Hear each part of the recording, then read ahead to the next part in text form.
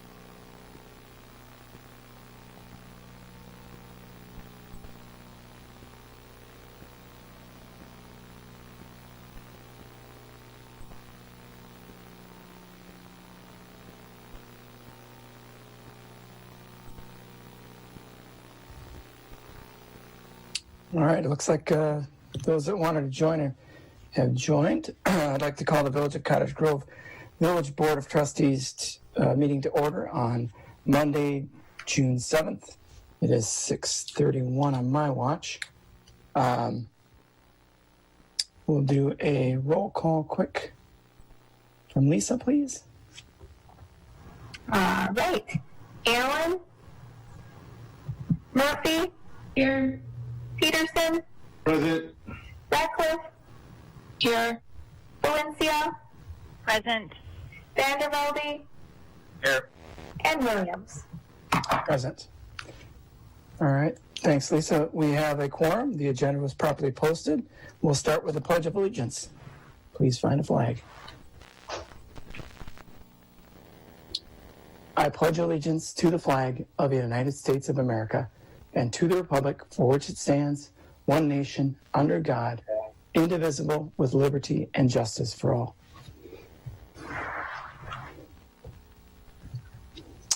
All right. Next up, we have public appearances. This is public's opportunity to speak on any subject.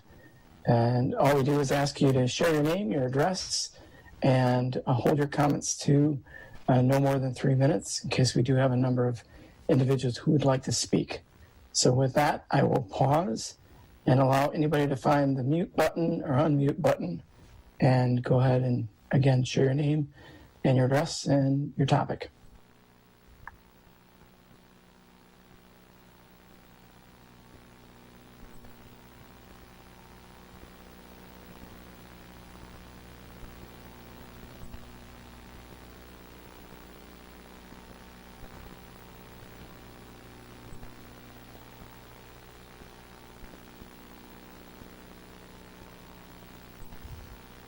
All right, with that then, we'll move right on to discuss and consider the meeting minutes from our meeting on May 17th. Any comments, edits, or motion to approve? A motion to approve the minutes as posted. All right, thanks, Paul. I'll make a second. All right, thank you, David, and a third, Sarah, and I think I heard somebody else in there too. All right, any further discussion then? Having heard none, all those in favor? Aye. Anybody oppose? Anybody abstain? Motion carries. All right. Then moving on to unfinished business, we have a number of presenters this evening who are in consideration for our engineering services. And so we have our first one with Strand Associates. Do we have a representative online for that? Yeah, hello. I'm here. I have a couple other teammates here too. John, should I take over at this point, or did you need anything else before we get started? No, just a quick reminder to the board that if you have a general question for any of the engineering firms, to please ask it of each of them so we're consistent across the board. If it's specific to something that the engineering services did cover that is only specific to them, then it doesn't apply to the others. But again, if it's a general question, please feel free to remember to ask it the same way for each presenter. So with that, Josh, you can take it away. Well, thanks. I'm excited to be here tonight. My name is Josh Straka. I represent Strand Associates. Here with me tonight is also Kyla and Brandon. I've been contacting the village now for the last 10 years. Obviously, Matt knows my face. I come and see him quite often. And more recently, JJ. And my goal is, over the last 10 years, to really understand what's going on in the village, watch you kind of grow, watch the projects that you're doing, and just get an understanding of, how you want to be served. And I'm just really excited because I've been setting myself up for this moment to try to provide these services as a goal to the village of Cottage Grove. So we've got a formal presentation here. I'm going to share that now, and it shouldn't take about 15 minutes. That's what Matt said we have. Give me 1 second here. Oops. Just going to share my screen. It looks like I have the ability to do that.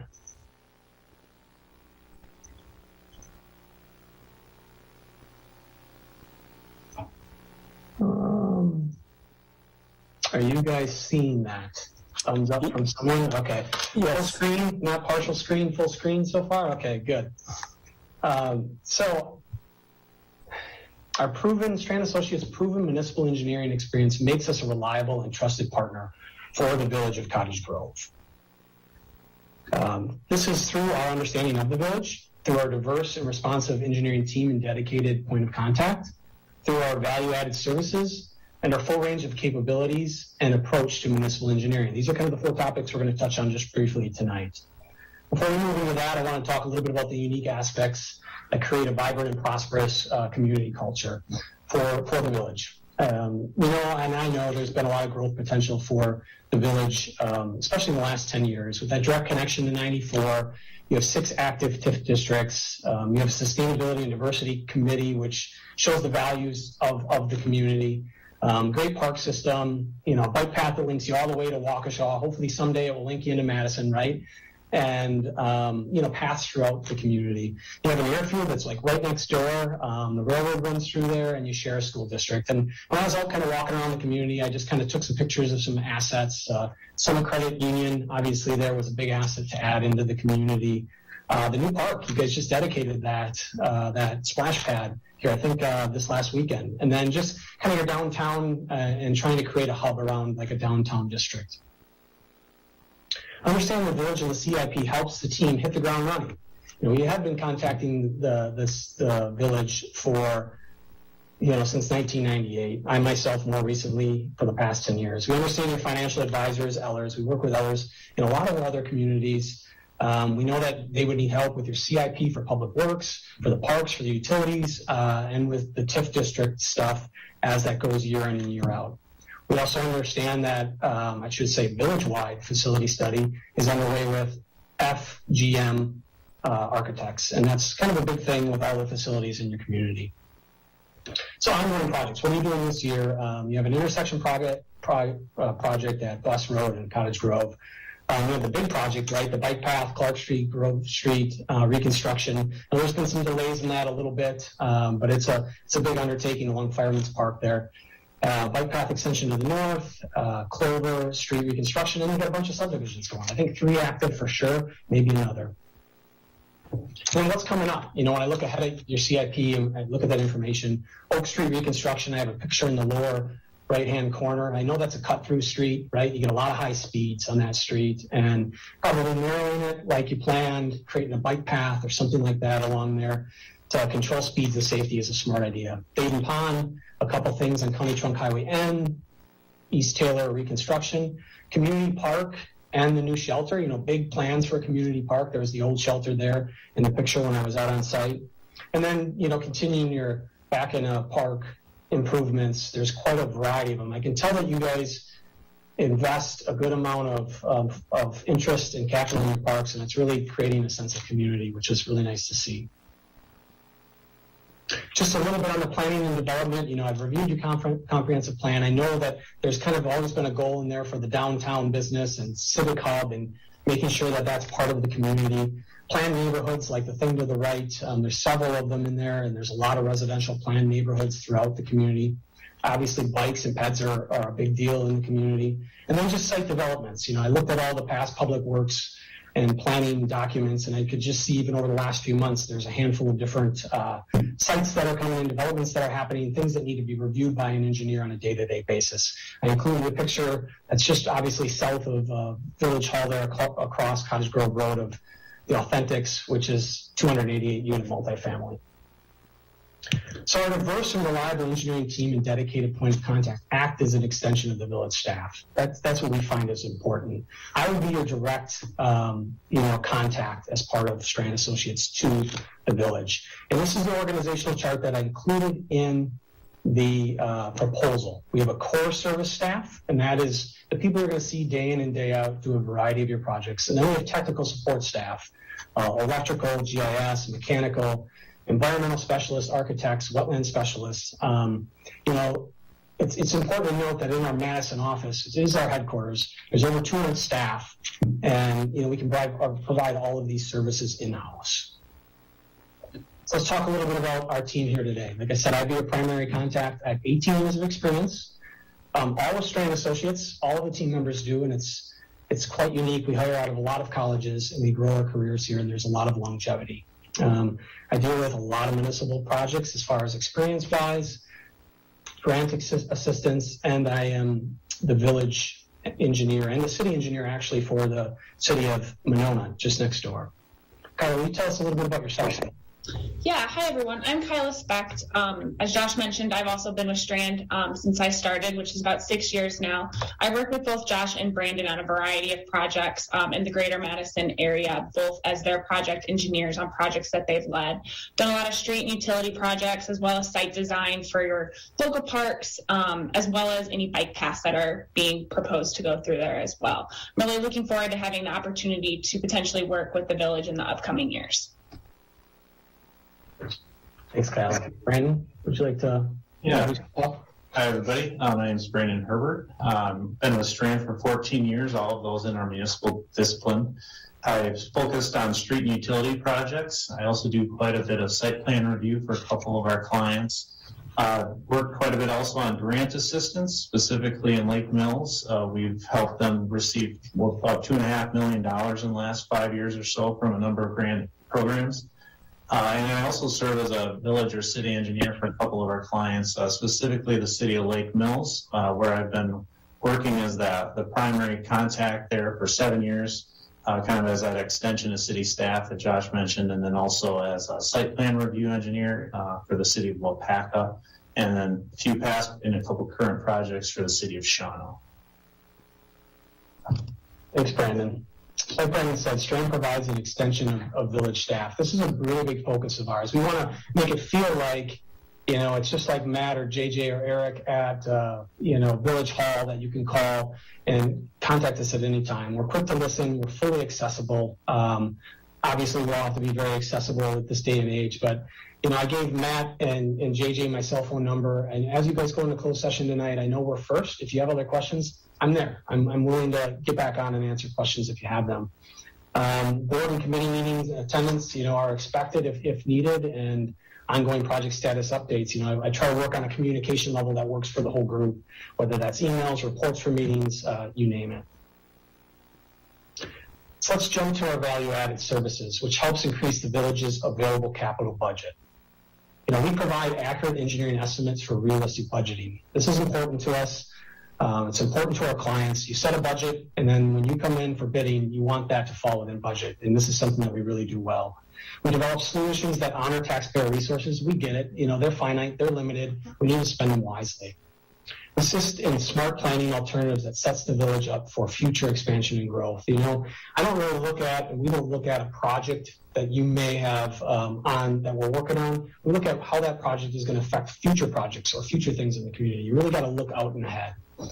Provide excellent designs that result in low change order costs, and I'm going to talk about that in a second, and then also help identify funding mechanisms.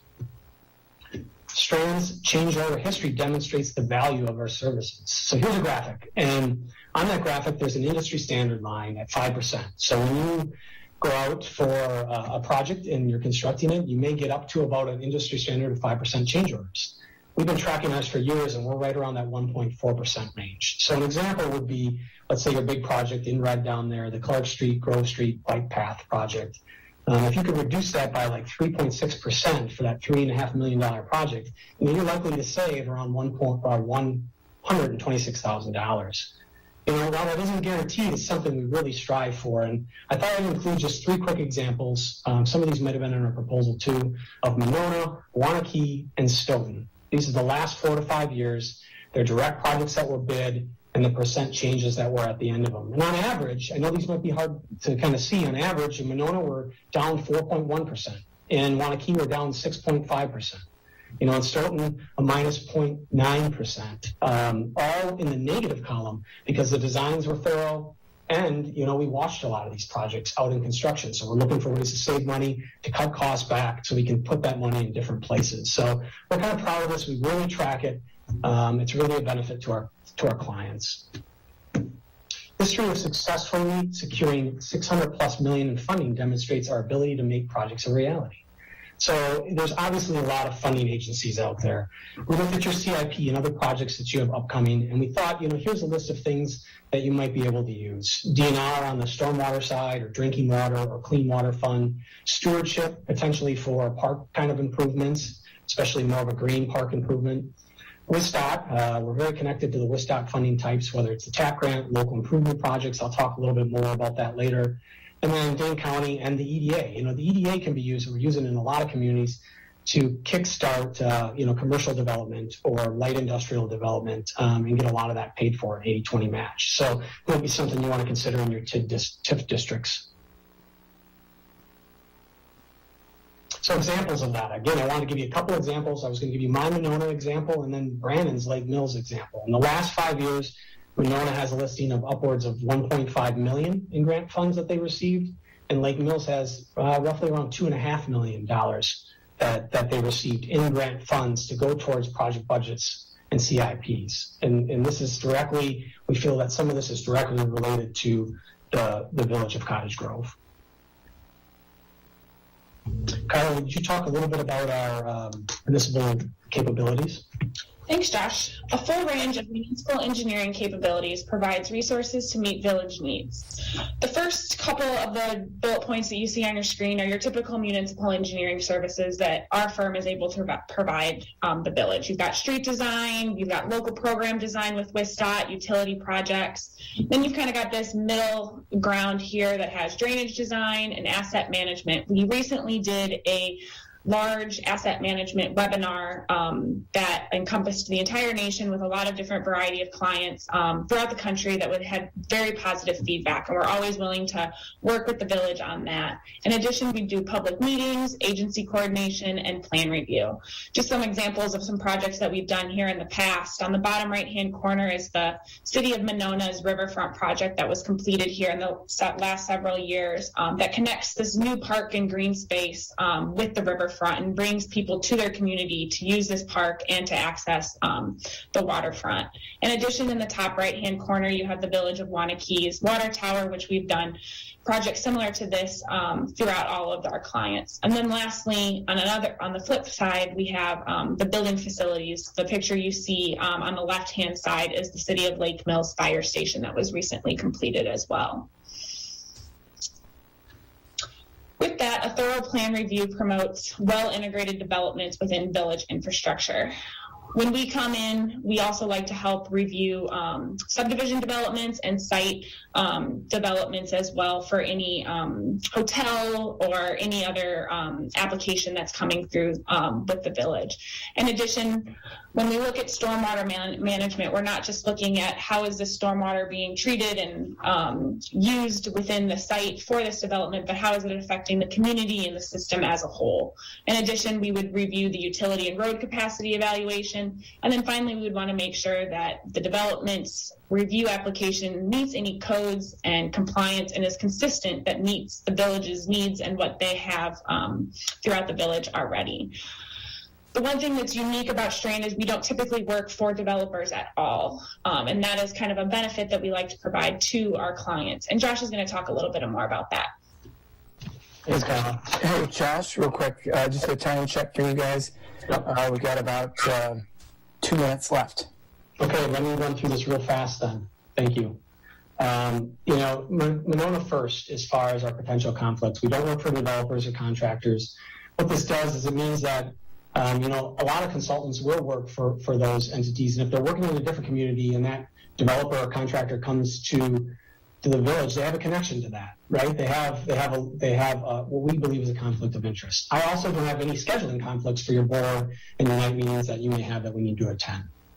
So just a couple things real quick, and I'm going to go fast on these slides. We reviewed your stormwater stuff. In small, instead of reading all that off, we noticed that your phosphorus for the pink area, your REACH 66, is only at 23.5% reduction when you could get up to 54 is what you need before you buy into Yahar Winds. So you're spending $12,000 a year to pay in because you can't meet your total phosphorus. We think with some model updates, some leaf credit, and potentially even a project, you could get that a lot closer and pay less. And grant funding could help with a majority of that. And then also just a knowledge of WISDOT funding is a big deal. We work a lot for WISDOT, and bringing that WISDOT funding to the village is important. Here's crash histories. We looked at all the crash histories for the last 5 years in your community. 5 serious, 13 minor, and it doesn't really qualify for safety improvement projects right now through the DOT, but it may as development happens. You need to continually monitor these things. And not all your consultants will do a lot of WISDOT work or understand WISDOT funding. Brandon, you want to talk just about our experience and we'll wrap it up? We got about 2 minutes maybe. Yeah, as you can see here, Strand's experience and approach to municipal engineering provides confidence the village's best interests are served. A couple graphics showing the range geographically of all of our clients, pretty broad. And then also a partial list there of our clients, which range from 800 population all the way up to 26,000 in Fitchburg. Our current on-call engineering services are similar to Cottage Grove's general engineering needs.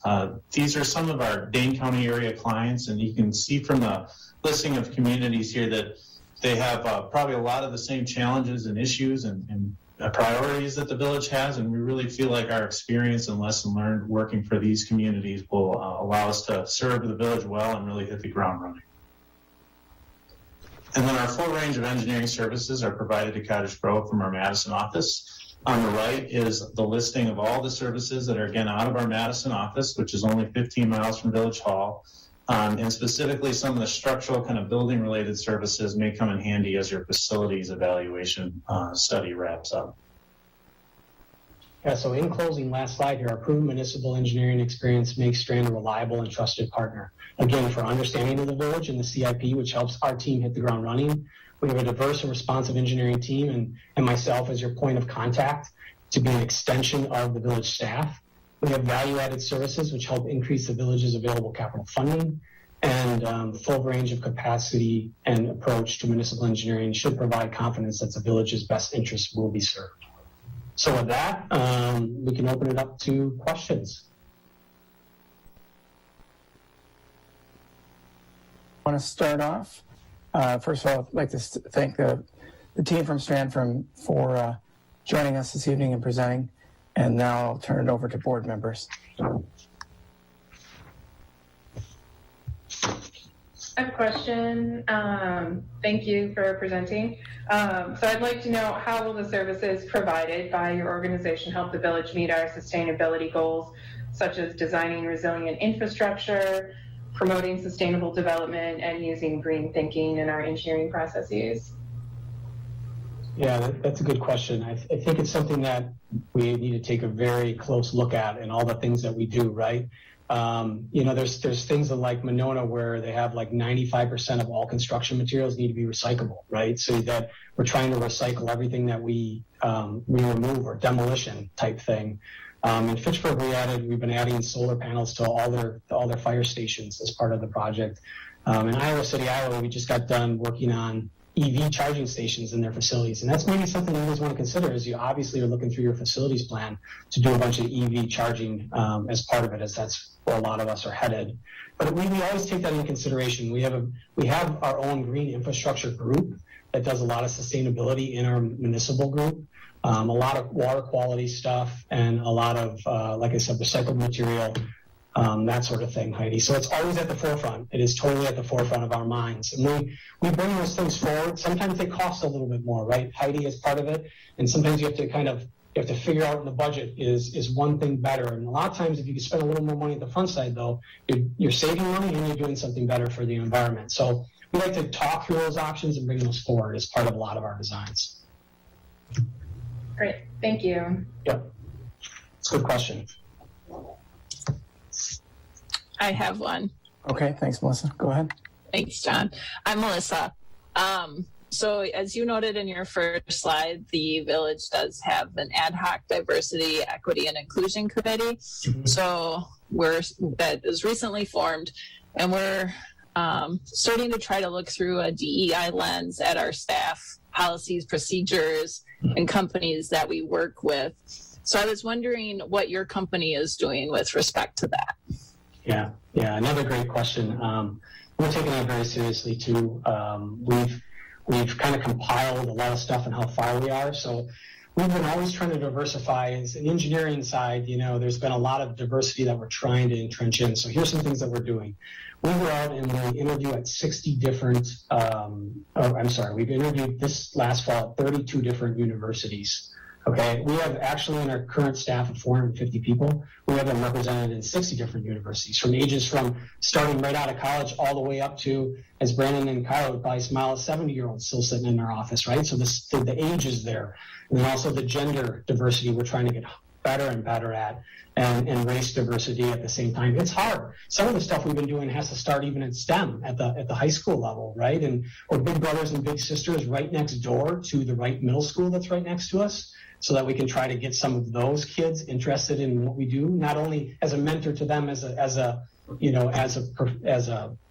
significant other and guidance in their life, but also to kind of try to push them towards that STEM thought. So we're trying really hard. We're trying to roll out the same stuff about standards and committees at the same time, but we have been practicing this for quite a while.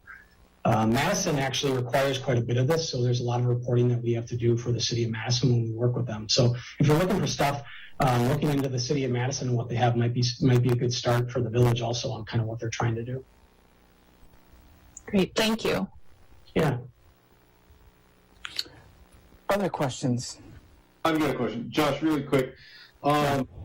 If we were to go with you guys, tell me about succession planning, right? So if you win the lottery tomorrow, how does that work with Strand if, tomorrow you quit? I mean, like, obviously, Laura and Brandon are here, but kind of walk me through that work. Yeah.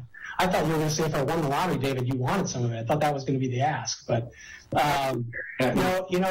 that's always in the back of our minds. So as a firm, we hire so many young people out of college, and then as you grow up and older, you have to pass that knowledge and you pass that down to other individuals. Monona would be a great example. I started working in Monona probably 8 to 10 years ago, and now there's so many of a different team, and I've talked to JJ and Matt about this. They could call over here and they know 10 to 12 staff people, just like that. It might be a specific thing even on water or something else. They'll call that person now. And then I've already started to transition to some other people. John Solon and Christine Herbert, actually Brandon's wife, there in Monona. And that's my goal here as part of this. You're seeing Kyla, right? Kyla would be that great fit at the 6 years. Brandon would be that other technical resource that does the same thing as me, but somewhere else. So the goal would be to bring a bigger team to you. Within 2 to 3 years, I hope you would know a half a dozen, if not 10 employees over here, and you feel comfortable not only with myself, but maybe with 2 or 3 others as a lead on some things. Yeah. But I always would stay as that contact person. I still am in a lot of my communities. If something comes up, they give me a call. We deal with whatever we need to. It's a good question, though, David. That's an important question. Thank you. Appreciate it. Any other questions? Sarah, that's Okay, right. go ahead, Sarah. I've got one.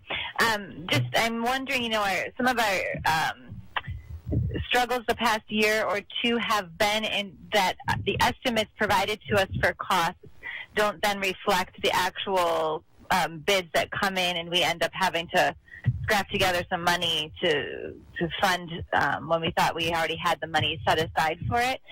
Yeah. Is that what you were addressing with the change orders, or can you talk about your estimate success rate, if you will, or how close you come on those? So, yeah, good question. The change orders is one different than that. So the budgeting is its own thing, and then during construction, if the plans aren't good or the design maybe isn't up to the best of things, you might have a bunch of change orders that add into that and add on to that cost. But as far as budgeting, to answer your question, Sarah, as you saw and as Brandon pointed out, we work with a bunch of different communities. In our municipal group, there's 40 engineers, so we're all working with people and projects, and we really track not only year-to-year bid costs, but month-to-month. We call contractors, we call suppliers. I mean, COVID was pretty hard, right? And we all know how much things cost right now. You can't even find dump trucks to take material away. But we kind of knew that leading into this year that it was going to be a big thing, and we budgeted accordingly. I mean, if there's one person that loves to hold a good budget, and I joke with JJ about this sometimes, it's Dan Stefani over at the city of Monona. He sets his budgets, public works, and doesn't want to ever go over them. I would say, for the last 8 to 10 years, he has not once, when we set a budget a year before, has gone over it in the bid or over it during construction because of change orders. And, I'm kind of proud of that because he holds me to a very tight, you better get this right, Josh. And I should knock on wood just to make sure. But this year we've done pretty well as part of that, Sarah. It's because we track things. We really worry about tracking costs. And we want to update costs. So you may budget a year, but if things are slightly changing, that conversation should start to happen early so that you're not waiting right when the bid comes out and saying, oh my gosh, how are we going to come up with these funds? Things sometimes do change a little bit, but let's get that notice maybe before the end of the year so you can adjust the budget. Thank you. Can I piggyback on that just 1 second? Because I definitely appreciated that your estimates seem to be, from your slide, 4 to 9% less than what, or the actual was 4 to 9% less than what was estimated costs. Was that reflected correctly, what I just said? Yeah, no, that was the actual construction bidding. So when the construction bidding happens, it was like, okay, let's say you're going to have to pay $2 million for this project, but at the end of the project, it's actually even less than that through maybe some cost savings during construction, instead of the reverse of change orders being, the other way and adding above the $2 million and still scratching away at your budget a little bit, right? Okay, got it. Thank you for that clarification. Yeah, yep. And I'm noticing maybe some others coming around too, so I don't know if we're running out of time or not. John? Yep, running right up there, which is good. We appreciate you addressing the questions, and certainly always the board engaging in this, so that's all well and good. Again, Josh and company appreciate Strand coming and presenting, and certainly staff will let you know if there are additional questions do pop up between now and when actually a decision is made. So again, appreciate your time. Yeah, thank you for the opportunity. We know it's a hard decision to kind of make changes in that, but we're glad to have presented in front of the committee as part of this. So thanks again for your time. Sure. Thank you, everybody. Yep. Thank you. Yeah. All right. We'll then switch over to Andrew Burt. Is he on from Renkert and Milky? I'm not sure I'm pronouncing that right. I'm probably doing a horrible job. Yeah, you're very close. Ruckert and Milky. Not even close. You're being kind. No, and I have with me, there's 3 other gentlemen. We're going to be led off by Jason Letha, I think you see on the screen there. And then it'll go from there to, we also have Brian Tuchinski and Ben Schulte, as well as myself. So there is 4 of us online. I think we're all there. So I will let Jason lead us off. Thank you. All right, thanks, Andy. Well, I just want to say good evening and thanks for having us here tonight. I'm Jason Letha with Rupert Milkie. I'm just going to kind of do an introduction of our core team here tonight, the 4 people Andy had mentioned, and then I'll let each one of them kind of give you a little update of kind of what they do and what their expertise is.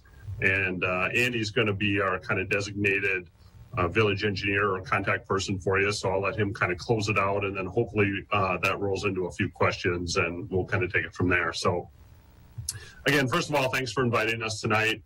Kind of excited to be here. I know there's an opportunity here for some engineering firms, and I think they're all pretty excited as well. So hopefully we show well tonight and you like what you hear. So what I kind of wanted to prepare tonight was we're just going to have a quick summary of the staff. I'll introduce them and the team, and I'll go through that, and then we'll turn that over.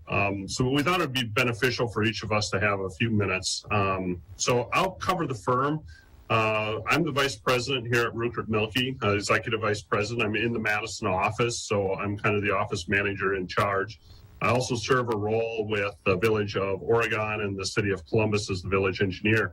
But this core team you have here tonight is that same team who works with those 2 communities, so they're very familiar with all the different aspects of what you would expect your civil engineer to do for you. So a little bit back to the firm. Rupert Milkie is approximately 100 employees. We're proud to say that we're employee-owned. We service generally southern Wisconsin, and the bread and butter is municipal clients. We currently have over 25 municipalities that we currently act in that role and serve as the municipal engineer. So we're kind of doing that for quite a few communities for our size. We're proud to say that we've been in business for 75 years. We're celebrating that this year. So obviously we've been doing what we do for a long time. We're engaged in communities, not just from the engineering side, but we're also engaged from the community side. We're very engaged with sponsoring events, volunteering, fundraising, charitable events, and we really feel like relationships are important. A lot of it's about communication, a lot of it's about trust, and we know that the best way to do that is to really be kind of a partner with the community and not just a consultant. So a little bit about our team tonight, kind of jumping into that. Like I had mentioned, it's myself. I've been with Andy Burt for about 10 years. We've both been in the Madison office. We both carry about 20 plus years of engineering experience. Andy can talk a little bit, but he's kind of very detailed. He's one of my lead engineers, one of my lead client people. So he's kind of a jack of all trades, if you will, and he does a lot of state work and some other type of clients as well. So he's just well-versed and just kind of well-seasoned. Myself, I'm 20 years of experience with myself. I'm an executive vice president, as I had mentioned. And kind of my role with the Madison office is to kind of sign agreements, make sure that we're scoping things right, making sure we have accountability, making decisions for R&M. Sometimes there's tough decisions that we're faced with. If there's an error or something, we don't try and make excuses. We own up to that. We sit down, we take responsibility, and we correct it and we fix it. So we know those are tough times, but that's kind of my role here, to work with the communities to make sure that we're doing the right thing. Also my job, and we have a motto here, it's and you might have seen it. We did have a handout that we did send out. Hopefully it made its way around to everybody. It's a little quick summary of tonight. One of the things that I always like to stress with my staff is we need to have projects on time, on budget, done right. So those 3 things we feel like are are the key to success. So if we're meeting those things and we're delivering, we know that we're going to have a happy client. So Ben Schulte is with us tonight. Ben, he's been with us for 4 years. He does kind of most of our project work internally as a younger engineer, but still has a lot of experience in design and permitting and grant writing. So Ben kind of brings a real nice niche to this core team. Brian's got about 6 years of experience. He's also a young project engineer. He's been with us for several years now, and he really brings a role where he serves as kind of a development engineer. So any developers coming in, he does reviews, he does construction coordination for both local projects and development projects. So we kind of feel like we have kind of overlapping skills in the team, but we also feel like we have some very specialized people that are very knowledgeable in certain areas. And again, that kind of goes back to making sure that we're following through on that model. So enough talking from me. I'll kick it back over to Ben, and he can kind of give you a quick rundown of his services. Great, thanks, Jason. So I'm Ben Schulte. I've been with the Madison office and Rupert Melke for the past 4 years. I think if you guys saw that handout, I'm listed as an EIT, but I'll actually have my PE license within the next couple of months. During my time with RM, I've been responsible for design of a pretty wide array of projects, ranging from municipal street and utility reconstructions to private site development to drainage district plans and specifications. In addition to that kind of project work, I also complete most of the stormwater modeling and stormwater management reports that come through the Madison office. And with that, kind of going alongside it, I've been responsible for obtaining permits, local, state, federal, and approvals from agencies such as Dane County, the DNR, WSDOT, the Army Corps, DSPS, and DADCAP. One other thing that Jason mentioned, grant writing, and that's kind of one of the things I really enjoy doing here. We've had some good success with writing various grants. Just to name a few recent ones, we worked on a DNR urban non-point construction planning and construction grant, WSDOT grants, discretionary LRIP funding, MLS grants, and Dane County urban and water quality grants. And just to highlight a couple of those ones, we've actually just within the last 3 years been able to secure over $600,000 for the city of Columbus just between discretionary LRIP funding for one of their street reconstruction projects and through the WSDOT's T grant for one of the new roads that was constructed to serve a prospective business. So with that, I'll turn it over to Brian, and he'll tell you a little bit about himself. Thanks, Ben. Hi, my name is Brian Kaczynski. I've been with Rupert Melke, as Jason said, for just a little over 3 years. Most of my work has been extensively in Village of Oregon and the city of Columbus. I've done extensive plan reviews in the Village of Oregon to village ordinances and make sure that they comply. 2 years ago, TDS did a rather large project in the village that required extensive review. That was a little over 800 pages of review. I've also reviewed cost estimates and project costs to make sure that they're accurate and help develop letters of credit for the village and secure them.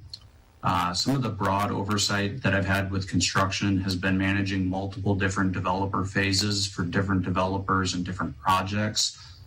With this, it's kind of been a little chaotic, but I've managed to keep it all straight and, being able to send weekly emails or phone calls to village staff, Director of Public Works, to let them know kind of the construction updates weekly, what has happened, what hasn't happened, and what's going to happen next week, allows for them to share with other internal staff. I've also been on the inspection side for day-to-day. I've done a lot of the daily reporting to track quantities, track costs of what the contractor is installing or not installing on a daily basis. And it's been there's been a lot of coordination with the engineer and or the contractor on site to make field changes or any work directives that need to be accounted for. Some of the reconstruction design that I've dealt with up in the city of Columbus has all been kind of utility-based design. It has led to DNR permitting for the NOI and securing the water and sanitary sewer permits. I've also acted as a liaison with the residents in the area, both in City of Columbus and Village of Oregon, to kind of address their questions and concerns as the contractors in the area and constructions occurring. I have also held pre-construction meetings, public information meetings, bid openings, and have worked to issue assessments in some of those communities. So with that, I will turn it over to Andy. Thanks, Brian. And good evening, everyone. As Jason mentioned, I'm Andy Burt, and if Rooker Milky is selected as your engineer, I'll serve as the client liaison as well as the village engineer. A little background on myself. I'm a Wisconsin native. I have over 25 years experience providing engineering services to a wide variety of municipal, institutional, and agency clients. I'm a PE in Wisconsin and am credentialed as a lead green associate as well as an as an Envision sustainability professional. I've lived here in the Madison area and worked here as well since 2009 when Jason and I opened up the Madison branch of Rooker Milky. And with this 25 years experience, like I said, I have had a wide variety of project types, including sanitary sewer collection, conveyance and treatment, water supply, distribution and storage, storm sewers, stormwater management, several road improvement projects, including reconstructions, new road extensions, as well as the yearly maintenance programs. Have conducted numerous planning and feasibility studies, as well as surveying, construction inspection, and construction administration.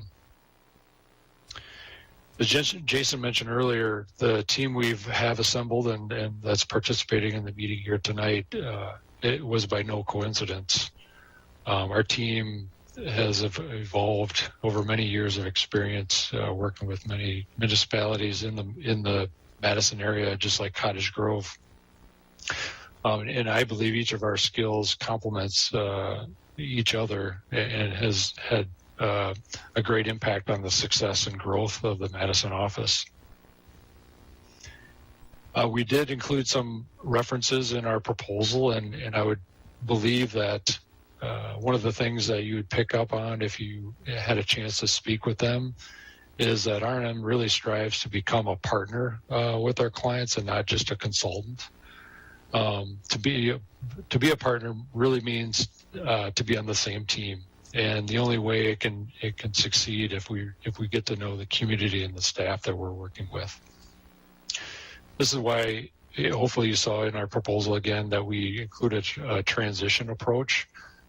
We've used this strategy in a number of other communities, and it just allows us to get a jump start on not only understanding the community, its infrastructure and staff, but also the goals and the vision of the village. We've just found that this initial investment quickly pays dividends for not only us, but as well as the client that we're transitioning. So what do you get with me as your village engineer? A few things I want to touch on. One is that you're going to get somebody that takes great pride in anticipating and responding to your needs in a timely fashion. You're also going to get somebody that's very honest. I may not know all the answers, but I know I can call on one of the gentlemen that's here with me tonight, or I can reach out to our deep bench of talented individuals in one of our other offices to get the information or the answers that I need. Somebody once called me, and one of my colleagues has called me the Finnish carpenter for a home building reference, and that's due to my thoroughness and attention to the detail, which I take as a great compliment, because there's many people that can do the quote unquote rough carpentry of a project, but it's that attention to detail that really sets me apart in getting a project done with great success. So in summary, just to reiterate what Jason said, our motto here in the Madison office and Rooker Milky as a whole is completing projects, highest quality projects on time, on budget, and done right. And we believe that the core team approach that we've assembled here allows us the capacity to serve the village as their engineer. So with that, we just want to let you know that we want to be your village engineer, and just want to let you know that. And we'll turn it back over to you for any questions that you have. But we do thank you very much for this time and consideration. All right. Thanks, Andy, and the rest of the team there at R&M. I will turn it over to board members to ask any questions that they may have. I'll kick our questions off again. Thank you. And thanks for the presentation. My name's Heidi, and I just had a question about sustainability. So how will the services provided by your organization help the village meet our sustainability goals, such as designing resilient infrastructure, promoting sustainable development, and using green thinking in our engineering processes?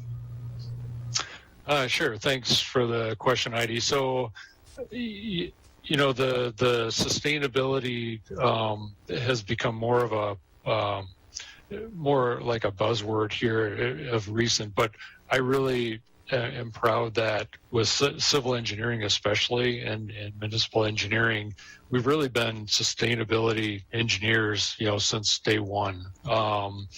We're always on the lookout for ways that we can incorporate into our designs ways that we can recycle, materials. So rather than just completely remove, haul off site and dispose of them, we look for ways that we can reuse old concrete, for example, as a road bed. The green, as far as you mentioned, the green infrastructure, and a lot of that is connected with stormwater. We've got a number of stormwater individuals. Both Ben is one in our office in Madison, and we've got a number of other individuals in our Waukesha office, as well as a growing environmental team. So we, again, look for ways that we can look to incorporate those green solutions that allow not only Cottage Grove but all our clients to help them achieve those water quality and really quantity requirements, both by DNR as well as other regulatory agencies. So, like I said, I take pride in that. We've really always been sustainability engineers and looking out for the environment. But that's always on the forefront of any project that we begin. Early in the process or in my presentation, I mentioned that I'm an envisioned sustainability professional, and not that I've pursued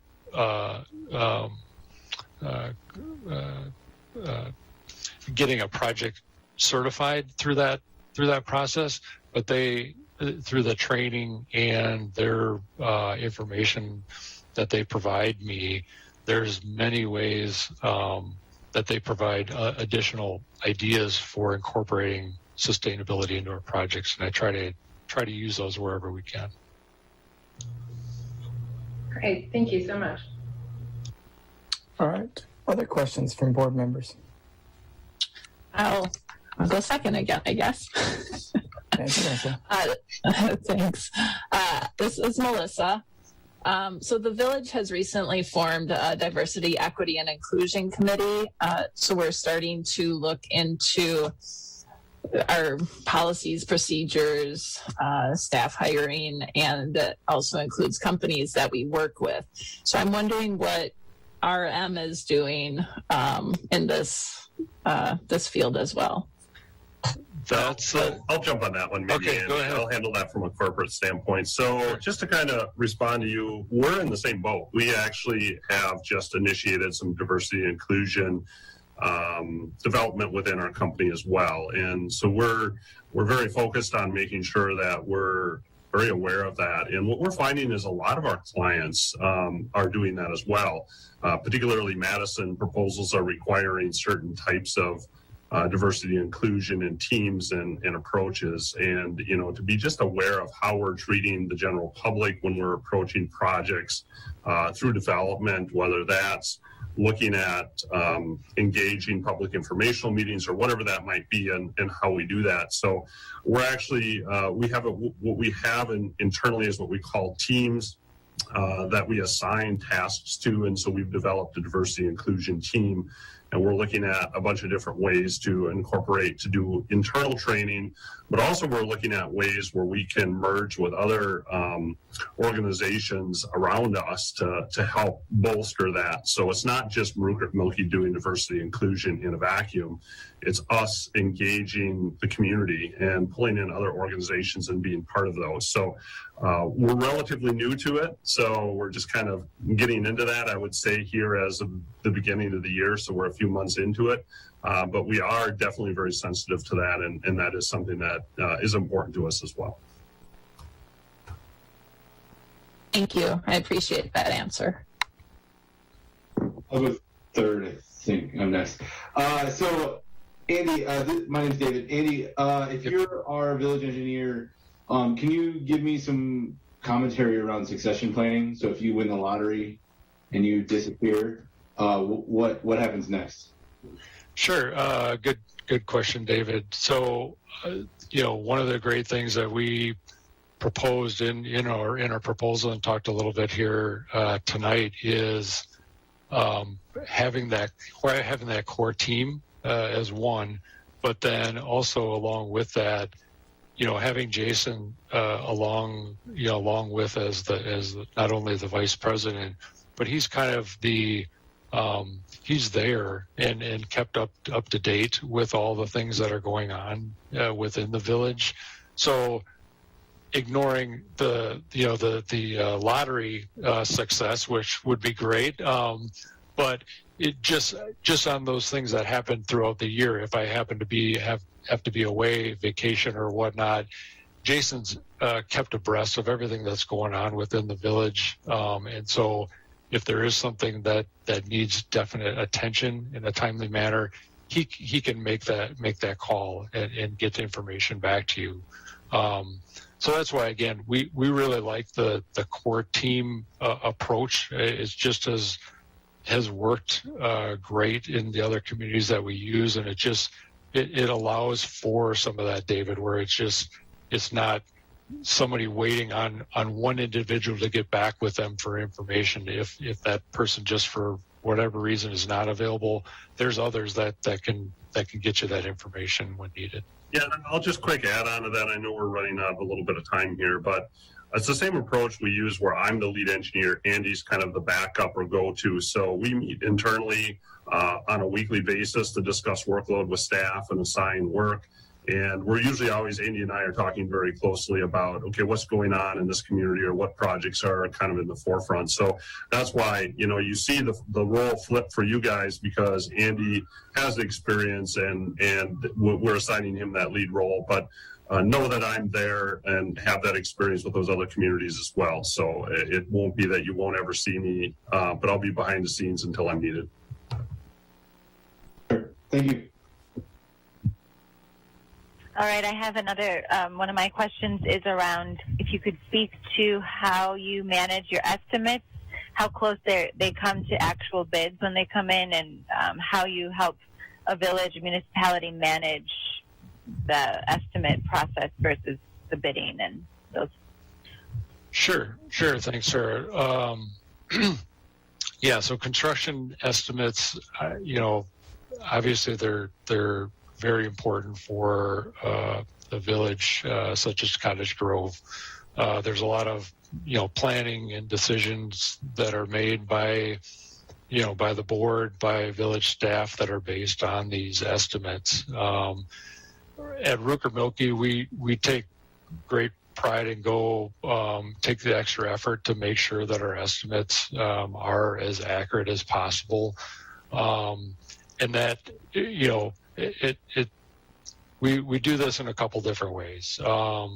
we certainly look at historical, data. That certainly is a good source. If we look at old bid tabs, that's some great information. A year like we're having now, where there's interruptions in product and material supplies, which we're hearing has tremendous impacts on the prices of things. In those cases, we're making calls to the suppliers. We're making calls to contractors that are actually bidding on these projects, and just asking them what they're seeing. How do they feel that it's going to impact their bids? And then for our part, what we can do is, this is again my attention to detail that I mentioned before. If we can prepare plans and specs that are clear and concise, and we can eliminate any ambiguity, then the bids that we will receive from the contractors are usually going to be very, very close and very tight to our estimate, because there's really we're trying to eliminate as much uncertainty on the contractor's part, and whenever that's a bad thing. Whenever a contractor has uncertainty, that means they're gonna add some dollars to their bids, because they want to make sure that they're covered. So from our part, what we can do is, like I said, provide very clear and concise bidding documents, as well as doing our homework basically, to make sure that the unit prices that we're estimating are as accurate as possible. So that's generally how we approach the construction estimates.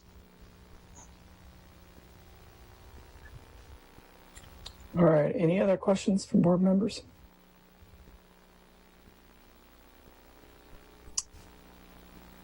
All right. Our RM team, we do have Matt and company have your contact information. If there are questions that pop up, we will certainly reach back out to Andy and get an understanding that we do appreciate you again coming out tonight and presenting and sharing a background of your organization and how you approach working with municipalities and examples of that. And so, again, thank you for that.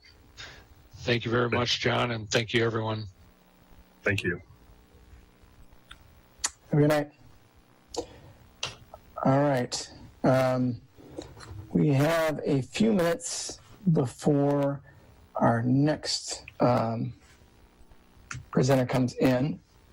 So we're going to try to, because this is going to be a stretched out night, we're going to try to see if we can grab a few folks and maybe pull them ahead, as long as the board is okay with that. I'm good. All right. Thank you. We did have a presenter for down in the Perks, and that was for the RIDE fundraiser. They've gone through the village in the past. And Jill, I think I see Jill Schmitz. Are you available? Do you want to show us the route? Heidi indicated that you wanted to share that with us. Yep, so I wanted to share the route because last year we had, in the years past, we've gone up Vilas and stayed on that side of town, but now we're looking to go in town because we actually ended up having to go that way last year because Vilas was under construction. So let me just see to bring that up here. Sorry, because I'll actually get you the view where you can see that more.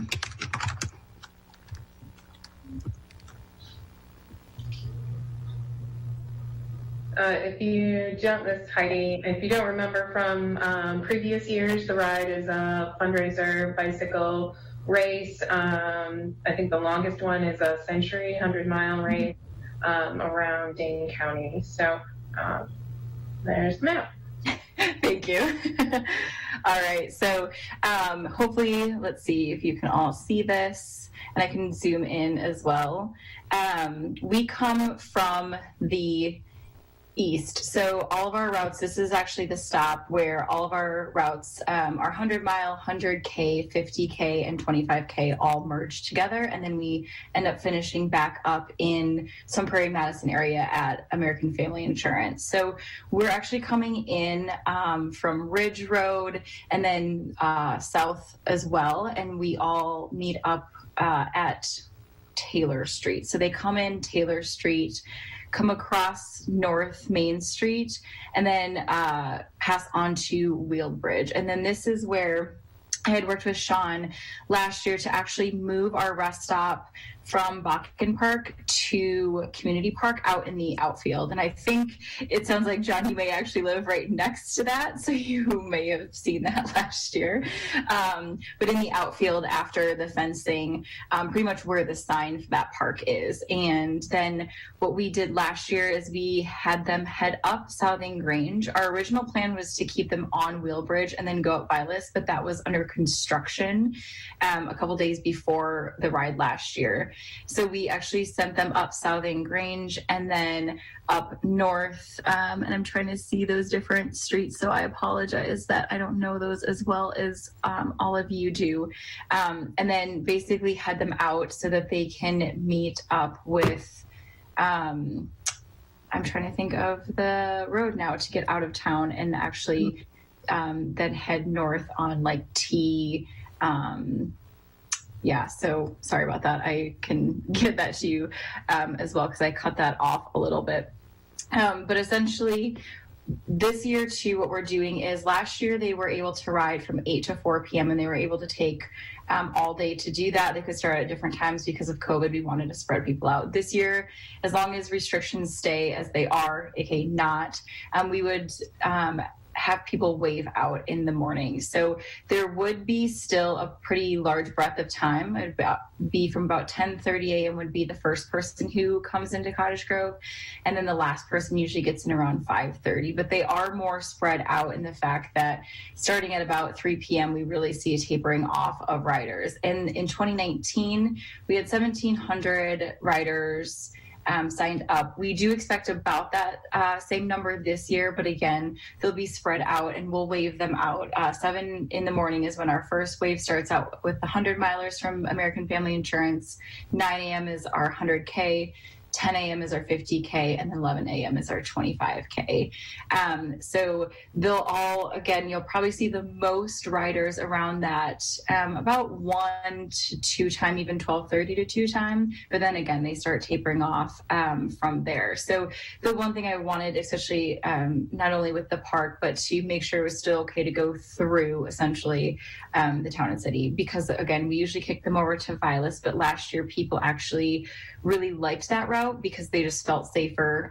Most of our riders are novice riders. Our 100 milers, well, they're used to this. Most of our riders, I would say 60% to 70% are riders who are used to, bike paths and things like that. So they liked going through the city a little bit more than just hitting Vilas and then going out.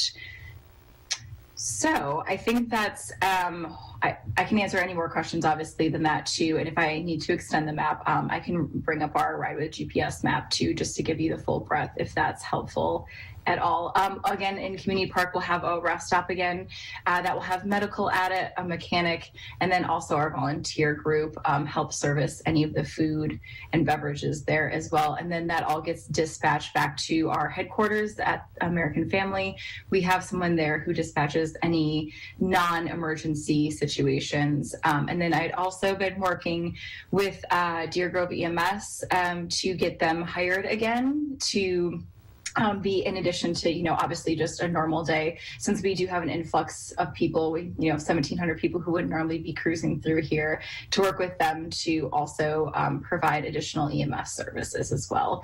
And I know from our last meeting with the Parks Division 2, I need to also reach out to the Chief of Police just to also talk here. I think I'd seen him on here as well, but wanted to reach out. I owe him an email as well to go through the route and any signage that we'll need, because we did provide signage last year, but especially with this different version, any signage that would help navigate people and also let people know that they'll be crossing a major intersection, and also let your residents know as well that people would be coming through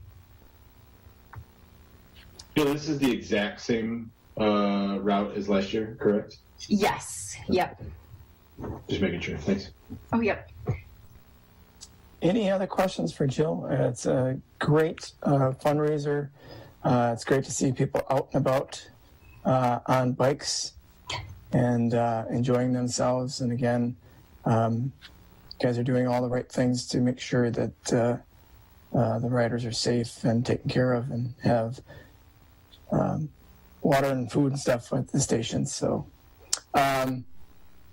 this was given the go-ahead through Parks. Any other questions for Jill or a consideration for motion?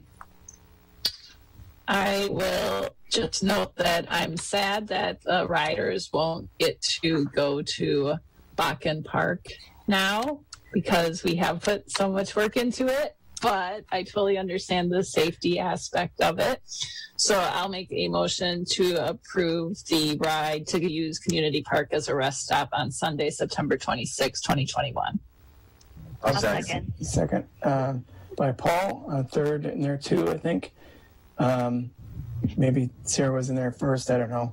I'll let Lisa sort that out or ask the question. Any further discussion? Then just to make a point for Melissa's point there, we are running the bike path, Glacial Drumlin, through the Bakken Park this year. Jill, you're probably aware of that. And then once the county makes that connection, you guys will have a nice additional option to consider as well that will be connecting up into Madison in the future.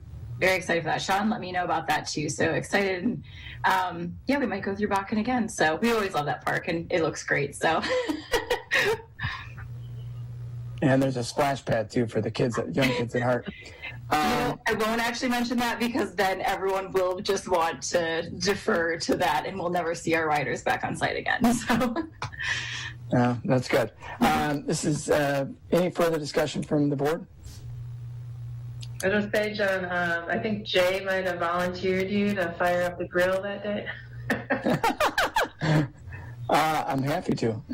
Yeah, that's actually the food I was mentioning. It's just you cooking brats. So okay. You're in for it. 1,700 people, you got this. I got this.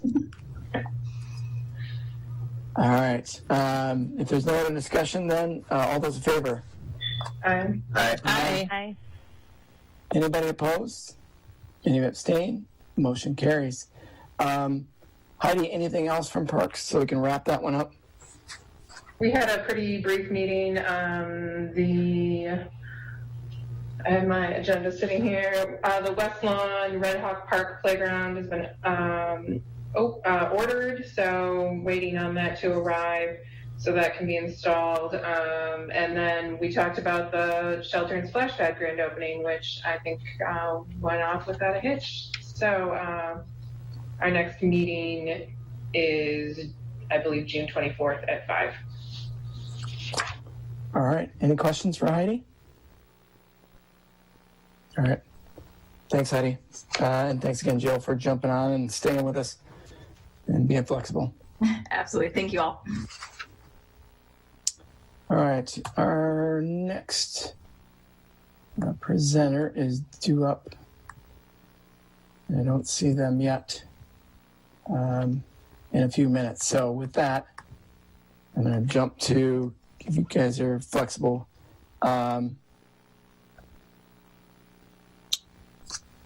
do we have time to go through, discuss and consider the next steps for fire EMS? Probably not.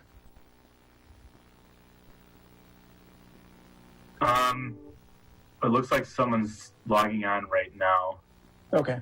It should be any moment. I did email them to say that we're ready whenever they are. So. Okay. All right. Then we're not going to dive into that then. Yes. Suzanne from Beerbecker. We're just signing on.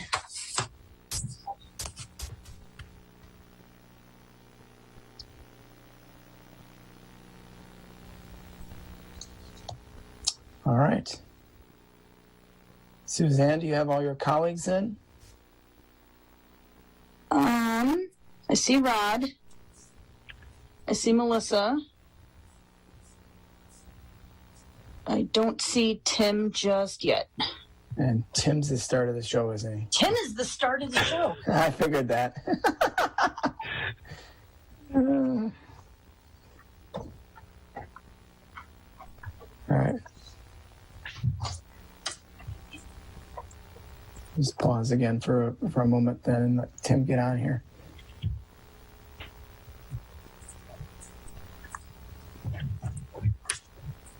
And there he is. All right. Thanks, Suzanne.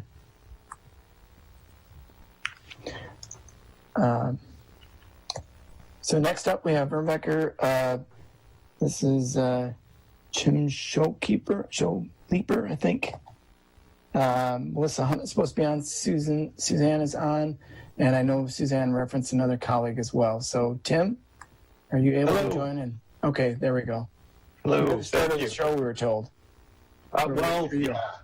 Well, that's great. I appreciate the role, and I appreciate you taking the time to meet with us. It's our pleasure to meet with you, and we appreciate the opportunity to consider us for your next village engineer. I'll start. I don't know if Melissa got on quite yet or not. I think she's coming in here shortly. Suzanne Duty is on there to listen to us and tell us how awesome we did and pump us up after this. So that's her role. I've got Rod, our company president, with us, and Melissa Hunt, who is the leader of our municipal services team, will also be talking with you folks tonight. I don't see Melissa on here yet, Tim. Do you? I don't. Suzanne thought she was on here, but I don't see her. Darn it, I saw her. There she is. I thought I saw her. Somebody just popped in. There she is. So there she is. I'll get going. If you have a chance to look at our qualifications, you'll see we've got a pretty diverse team of experts to serve you, led by Melissa and myself. And if you select us to be your engineer, we thought it would be probably most worthwhile for you just to know a little more about our background. So our focus tonight is really to take our 15 minutes to let you know who we are, where we come from, and why we're passionate about being your engineer and how we can help you continue to provide excellent services to your residents. About me, I'm originally from Illinois, graduated in UW-Madison 93, and have been practicing in engineering in Dane County since that time. My first job was with Town & Country Engineering as a municipal engineer, and as you may understand, your first job is a very formative time in a young career, and the lessons you learned and the experience you gain at that first job usually makes the biggest impression on me. And that experience came working for some of your neighbors, actually, in Deerfield, Cambridge, and Marshall. I was first doing work in Deerfield when John Doyle over there kind of came on board and became the director of public works. So I worked with him for a few years until a desire to learn more led me to Diopter-Okotke to do private engineering. Seeing the other side of the coin, as we sometimes phrase it, was really formative. Learning about different things or different emphases for development teams was valuable, and it really emphasized to me the importance of communication and understanding costs and valuation of development, because those are some of the key considerations for that type of work. But for the last 11 years, I've been with Verbecker and have led a blend of public and private projects. Primary among all the roles I do here are my roles as town engineer for the town of New Glarus and helping Rod with his engineering duties at the town of New Glarus, or town of Middleton, excuse me. I've also done work for City of Stoughton and City of Middleton. While my primary role here is municipal services and doing municipal engineering, I also guide our design standards for engineering, and I'm our technical services director for the company. Now, this role has got a lot of different facets, but it mainly involves ensuring the quality of our design documents and the plans we produce. It also requires staying current with changes in construction technology, practices, that sort of thing, and providing direction on, we'll call them, unique engineering situations that we may encounter.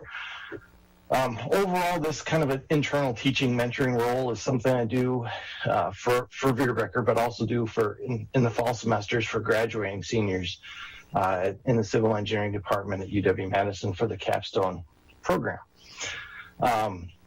Our commitment to you, though, would be to be actively involved with all your municipal needs. As you can see, if you looked at our project team chart, I'm a core part of what we're going to do for engineering. Capital budgeting, planning, private development review, parks and rec, and probably almost anything else you'll let me get involved with. I have an enthusiasm for engineering and municipal projects, and I just want to use my experience and energy to help you serve your residents.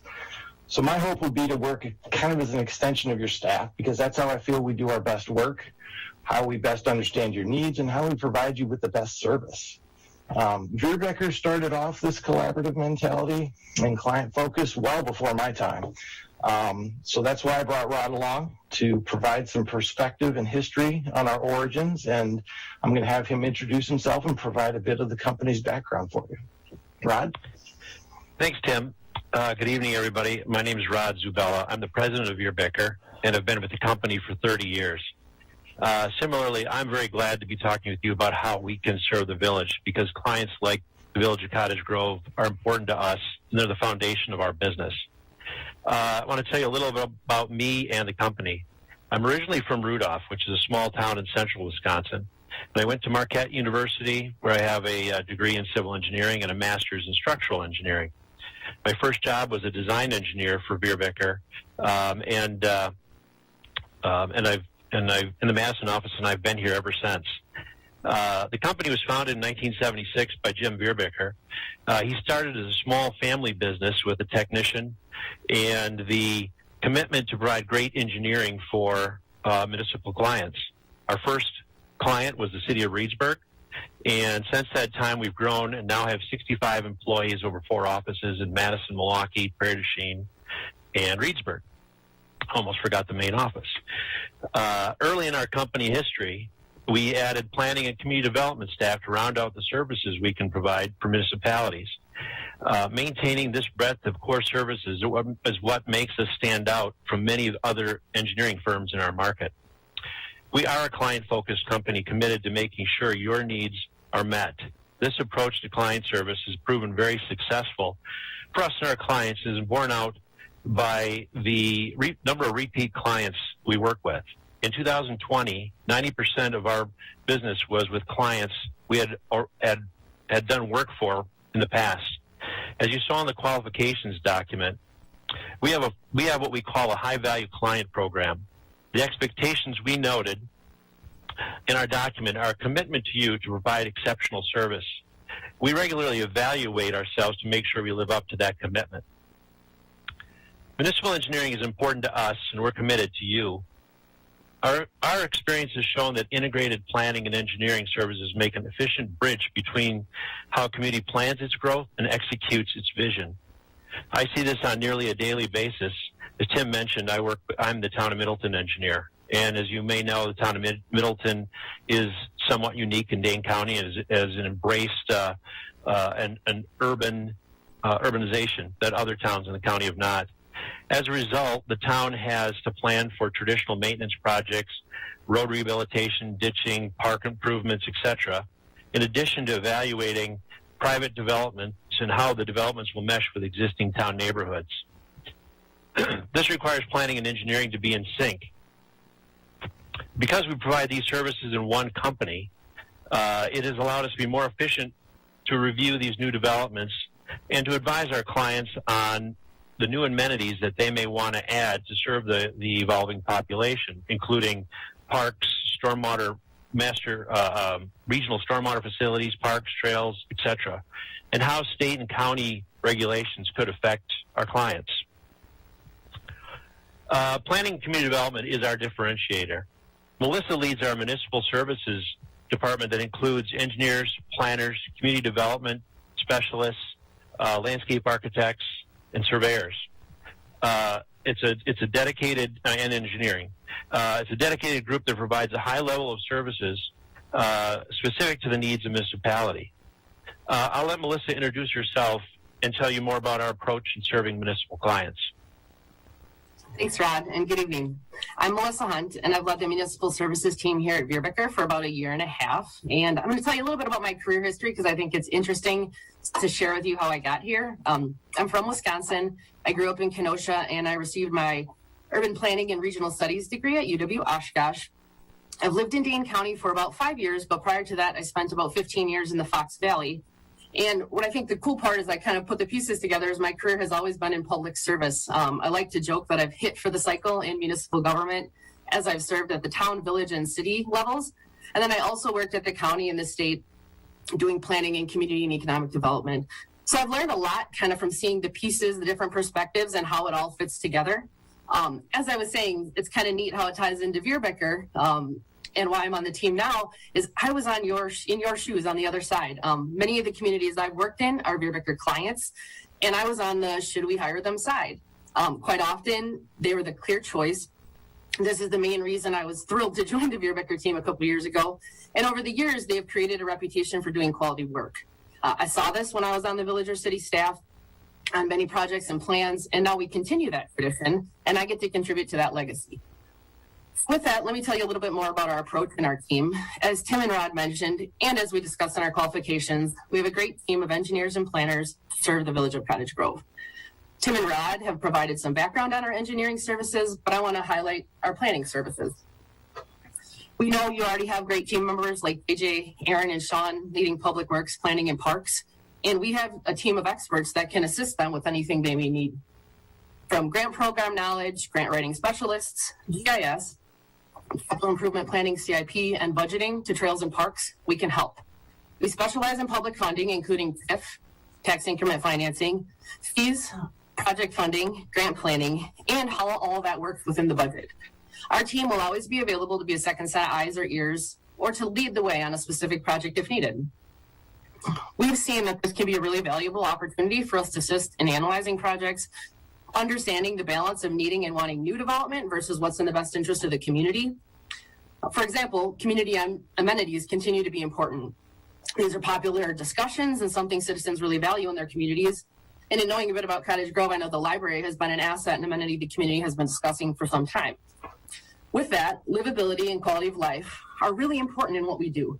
So we stay on top of current trends and are actively involved in working with the League, WIDA, and many other entities on trends and hot topics. Housing is huge right now, as well as diversity and inclusion. And we are leaders on those teams in those conversations around the state. We stay on top of the best practices, and we really look at all the ways to help make a community vibrant and successful. A current example would be the American Recovery Plan funding. As the guidance for this funding has been released, and we continue to evaluate how our client communities can utilize this allocation for infrastructure and community projects. We work through that or help guide if we can.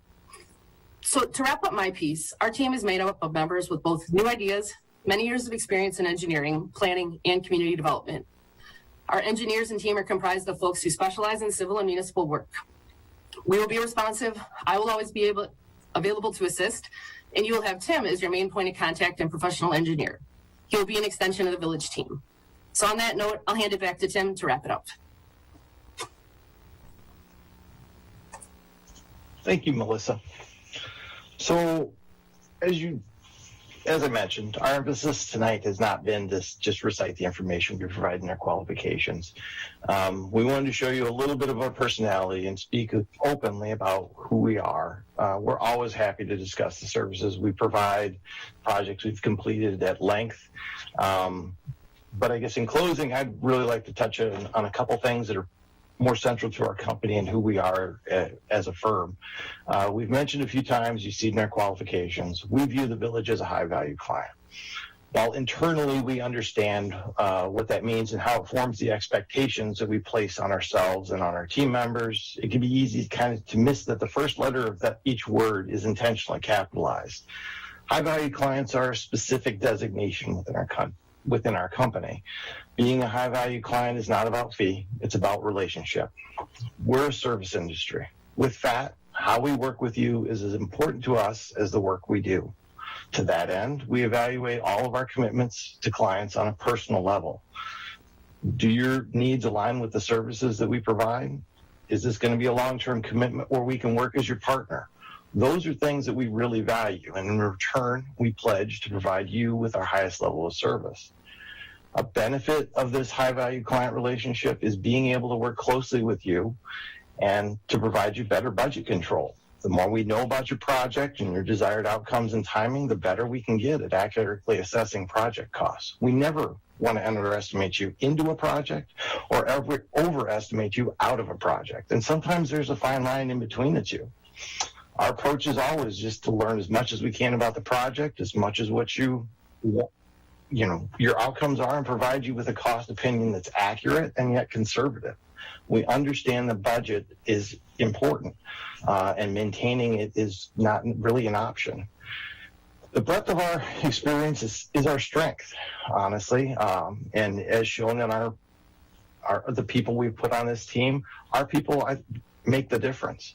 Our approach is to provide you with a team of experts headed by leaders who can communicate. We're just as comfortable to be at the podium in front of our peers talking shop about technical issues as we are to discuss any of those same issues with residents who may not know anything about them. We've talked a lot about us, but it's really about you. We are passionate about serving you and helping you to continue to deliver exceptional services to your residents. One thing we thought of as we were preparing for this and thinking of how we might be able to transition to being your engineer would be that we'd like to meet with you and your committees as you create your 2022 budget, and think that would be a great way for us to learn about your priorities and understand your needs. This is certainly something we would do outside of our contracted services and just to get to know you. And I guess on that, I would love to answer any questions you would have about our approach, our qualifications, or our team. All right. Thanks, Tim, and the rest of the team. I will turn it over to board members to ask their various questions they've kind of load out or anything else that pops up. So please feel free, board members, to ask away. Thanks, and thank you for the presentation. My name's Heidi, and I had a question about sustainability. So I was wondering, how will the services provided by your organization help the village meet our sustainability goals, such as designing resilient infrastructure, promoting sustainable development, and using green thinking in our engineering processes? Good question. We have, I'm not one of them, but we have multiple people on and in our group that are LEED certified folks that understand sustainability, understand how our industry can help promote those things. Within a lot of what we do, our LEED certification status is kind of ingrained in how we do it. This county has a really green footprint in the most part, and a lot of the stormwater and active things that we do just as a course of the project count points towards that LEED sustainability and help. Certainly going above and beyond is always helpful, but we have people that are well versed in LEED, and that's one of the things we do. Melissa, do you have anything on that? Yeah, I'd even add a couple of our planners and one of our landscape architects does also specialize in sustainability and aware of some of those programs and activities as well. And we stay on top of the grant programs that are connected with that. Some of the work, for example, we do in the town of Middleton has to do with Pope Farms. And so we've really been on top of that, on top of the 2018 flooding and some of the other things that happened. Many of us led that charge in the area and throughout the region. So we're very familiar with understanding how all those things impact, especially infrastructure, and why it's really important to plan ahead for that.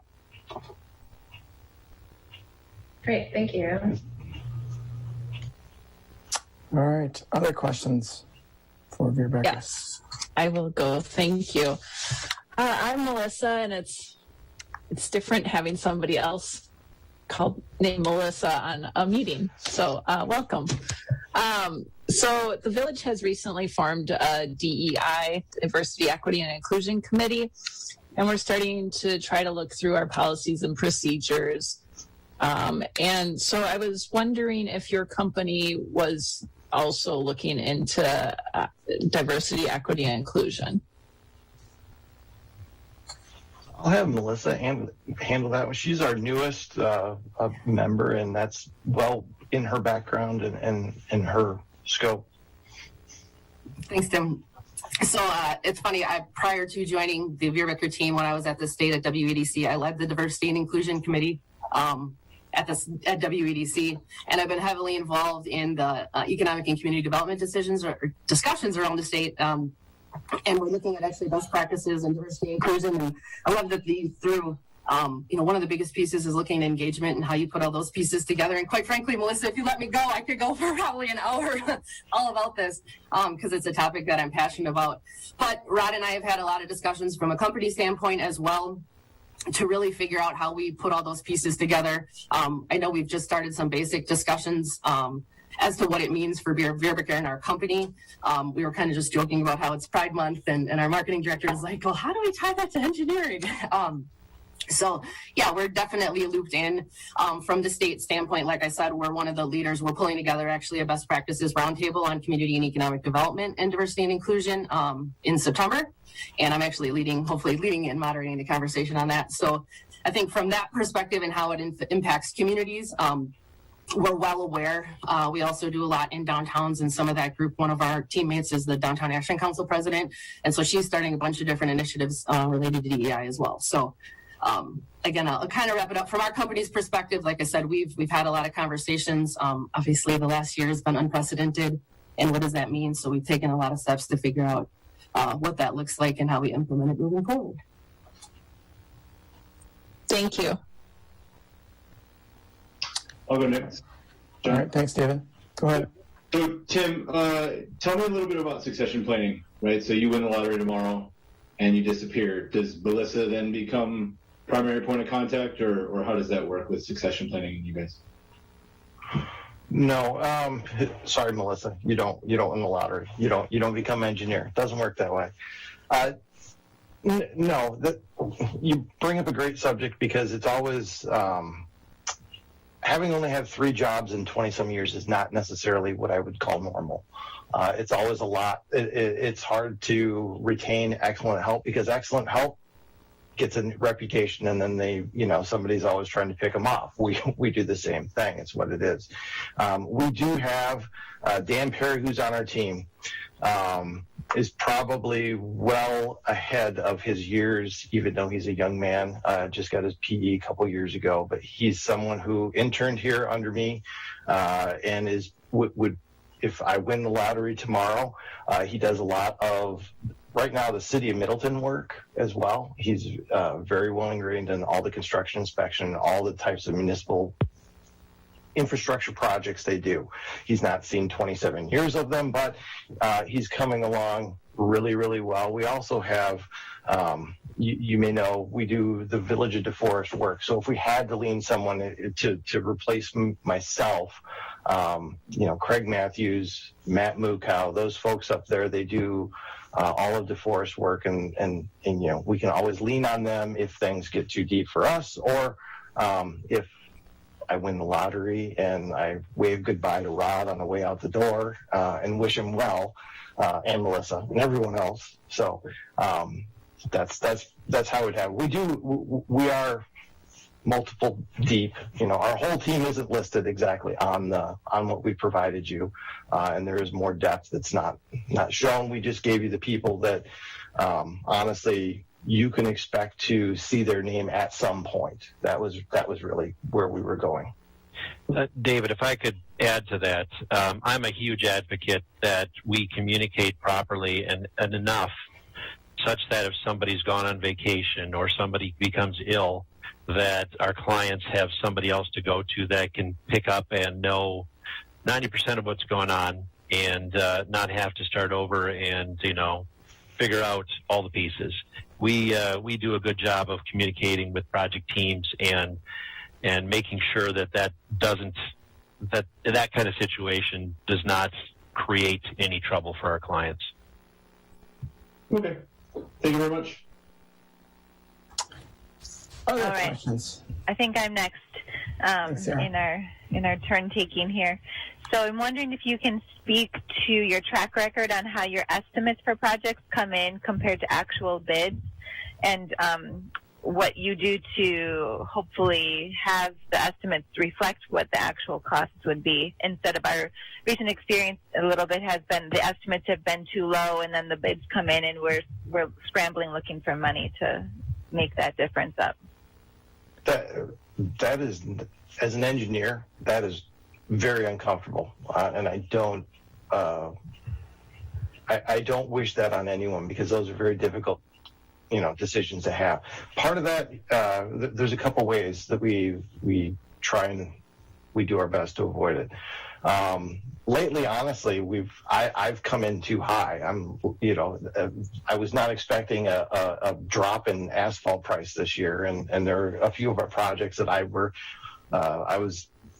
missed the mark by a fair amount, and I'm like, oh wow, but it helped our clients because the price was a lot lower, honestly. But I'm good with that. That's a happy conversation to have rather than the other one. A couple things we do, we keep current with asphalt pricing. We use Quest CDN to bid out a lot of our projects. One of the benefits of that is you can, with your other Quest partners, which are other engineering firms that may be in this part of the state, they may be in other parts of the state, you can gain a sense for project size and the units of work and gauge where prices are kind of running on certain things. And it helps you understand where a particular project may come in, and helps you kind of break it down into the units of work so you can estimate it. We kind of use what we call zero up, which is you start with nothing, you build it up, and then you fill in the blanks on all the different things, how many bolts, how many fasteners, the whole 9 yards, and that's how you come up with a price, and then you put a contingency on it, because we never really know everything. We never know time of year. Time of year is a huge thing, especially in this market. When you bid a project, really affects what the pricing is. So those are some things. The other big things are communicating with you folks or our clients on everything that you want in that project when it's started. A lot of times we can start a project that we think is just a simple, we're just going to go cut the limb off that tree, and then it becomes, we're taking the tree out, we're taking these bushes out and everything else. So that communication and understanding what the project is all about is a real key part of understanding and maintaining those project costs. So we try and stay on top of the unit price costs, and we try and make sure we always communicate and understand that if this project is growing, we're communicating with you so that, hey, this is not the simple little project we thought it was 2 years ago when we may have set the budget up, or 2 months ago. It is more of a realistic time frame when we put this up, where it's growing and we may need to adjust those things. We don't like those sudden big conversations any more than anyone else, but we've done a pretty good job of always being on the mark with what we say something's going to cost. If I could add a couple of things to what Tim just said. Historically, we've always kept track of current and past bidding documents, and realized that the project bid numbers, and realizing that the project in front of us, if it's larger or smaller, that could impact the unit prices, the location, as Tim said, the time of year. One of the things about the time of year also is sort of related to the time of year is just how busy are the contractors, who's available. And so we talk to contractors both about their availability, how active they are out there. Are they have a full plate? And, that's closer to when you're going to go to bid. It's farther away from the budgeting process, but we're in constant communication with contractors as well. And if we have an unusual element of a project, it's good to talk to a contractor. How would you go about doing this? Give us a ballpark on how would you build this, and how do we price it? How do we estimate it? And contractors are usually very willing to provide their insight to guide us when there's something new. But as Tim said earlier in the presentation,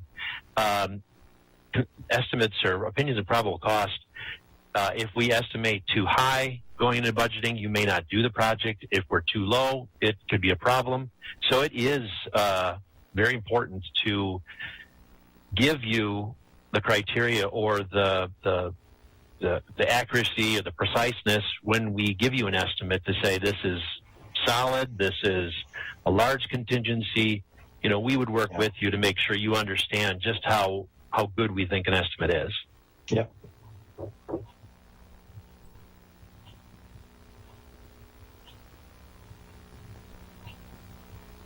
All right. Any other questions?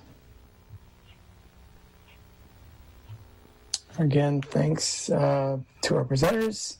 Do appreciate you taking the time and coming out this evening via Zoom, but we do certainly appreciate the time and addressing our questions, as well as sharing with you with us your background and everything. So again, appreciate it.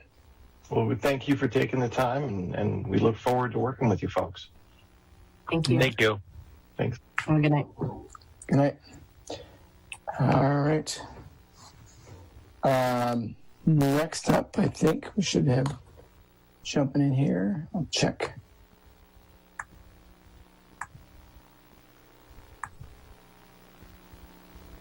I don't see.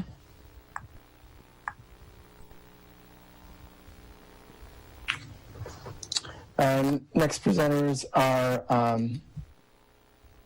MSA, and Kevin Lord is the individual who will be presenting for them. I'm assuming you'll bring others, and I'm looking for Kevin. And I think Kevin's probably waiting for the stroke of 8:15 here, but probably yes. Good evening, everybody. Good evening.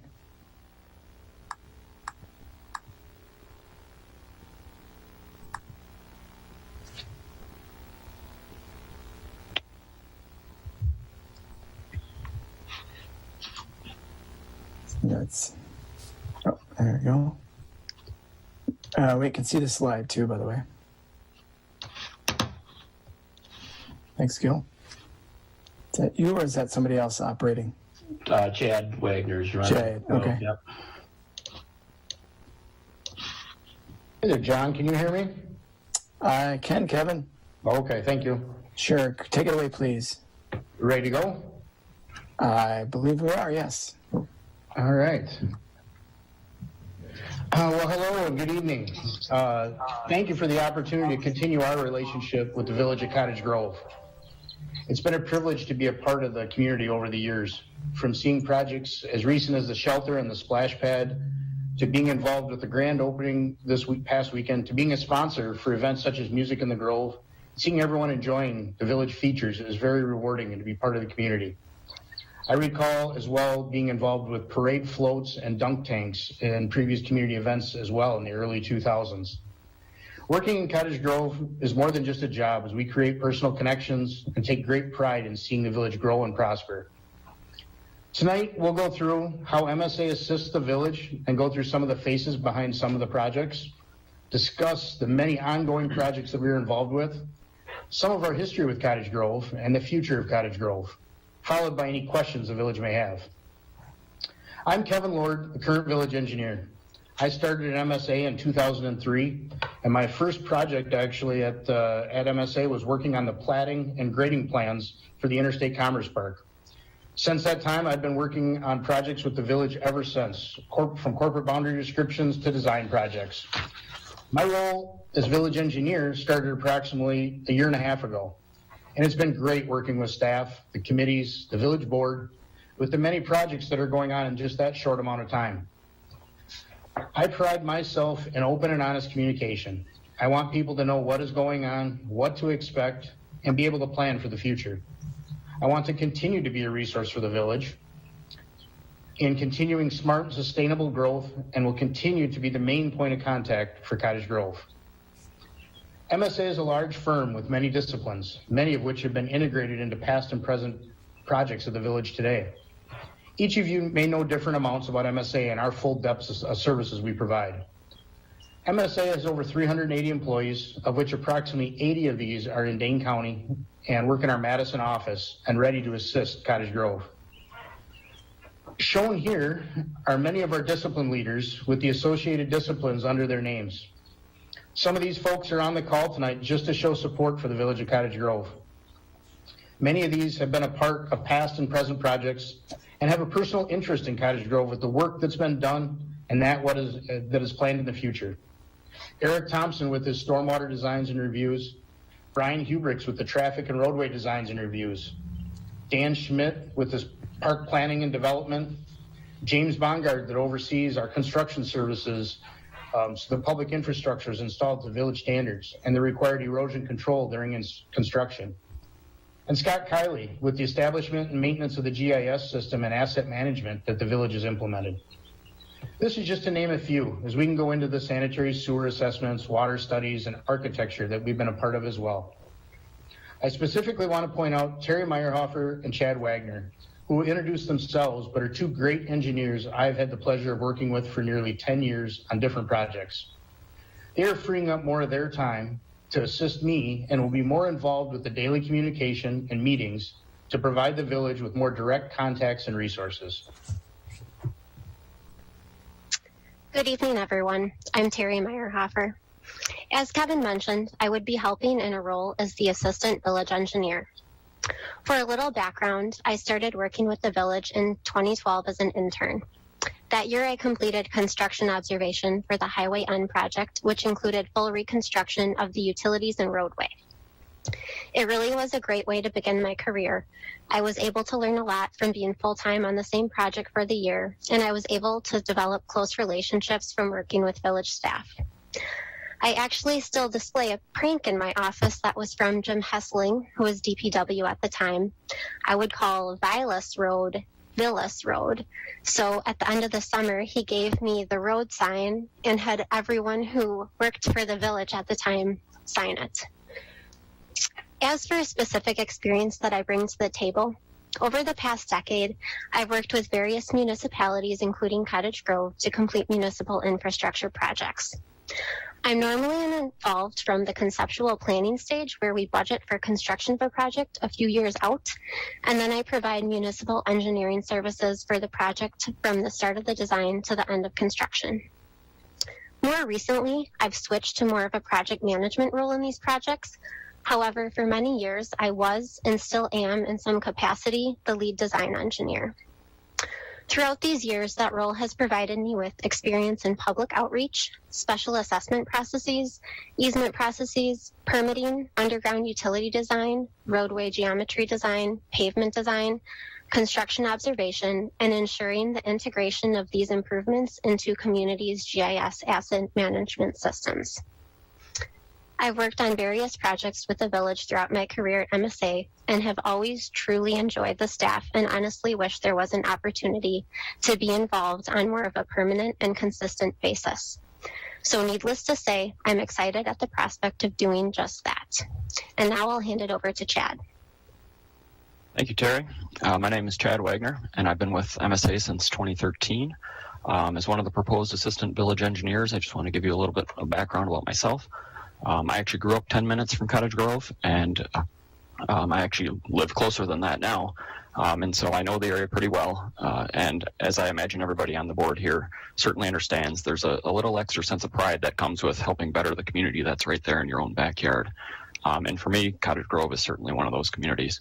And so I'm excited to take on a more visible role within the community going forward. My background with MSA has included a wide variety of infrastructure-related projects, including transportation projects ranging from business corridors in the downtown areas to residential neighborhoods.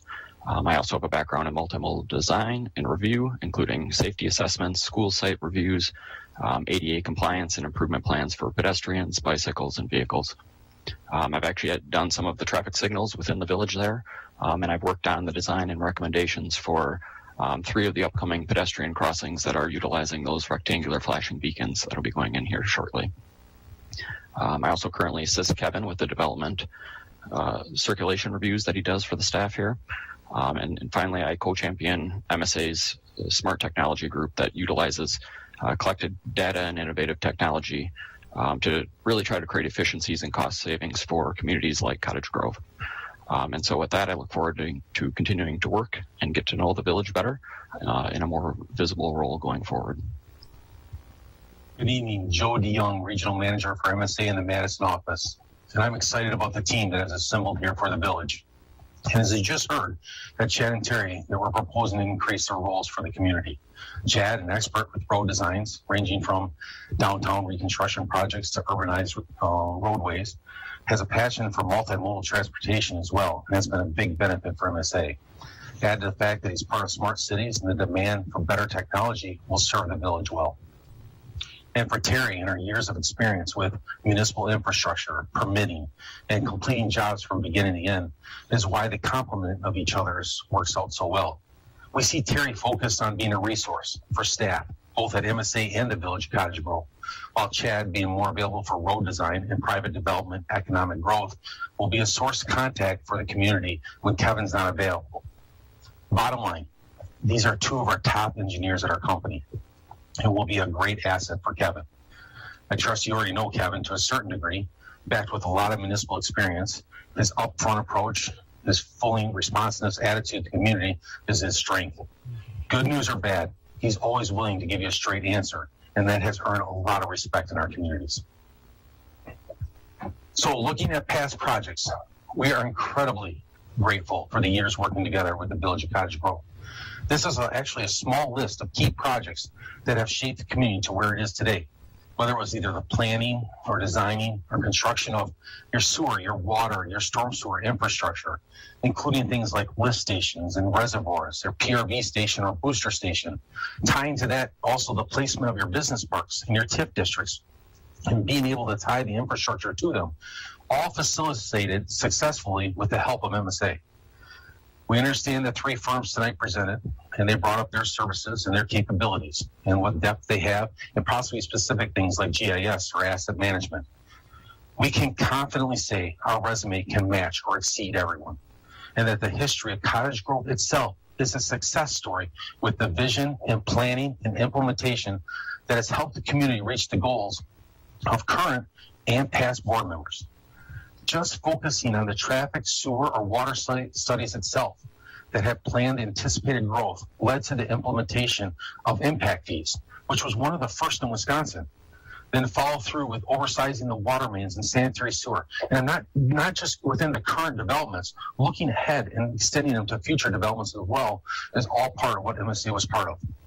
And this has really set up your community well for the future. And the best part, really the best part of all this, is that the people that were part of those significant planning and implementation efforts are still here at MSA and on the call tonight because of how much they care about Cottage Grove. So last slide showed a lot of past successful projects by MSA with good cost estimating for the community. But over the recent transition, we have stubbed our toe for the last year or two. We have heard the concerns and are always looking to improve. But these two bids that I show you here today were after the RFP process already started. Our goal is always to be within the range of the bids provided with every project. With the results shown, though, Kevin really nailed it. Both Bus Road and BB, along with Glacier and Drumlin Trail, was right where we wanted to be. All this during a very difficult time for bid. I personally have been doing this for 22 years, and there's only one time that I can think is comparable on the unpredictability of prices, and that was 9/11.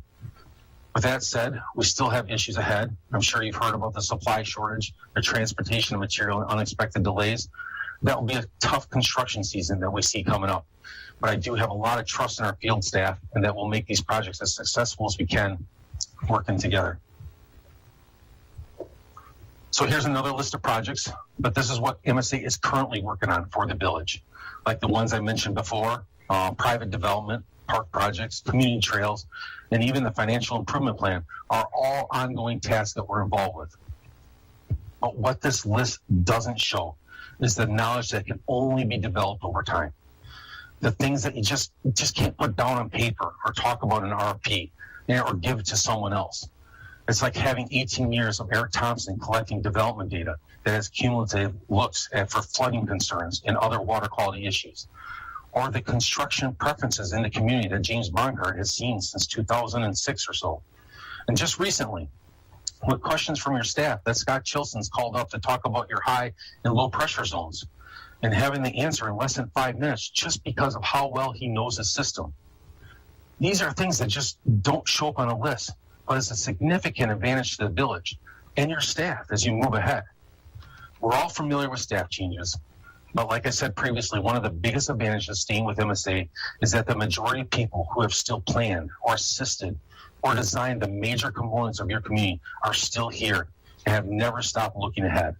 Always focus on the goals and wishes of the community first and foremost in their mind.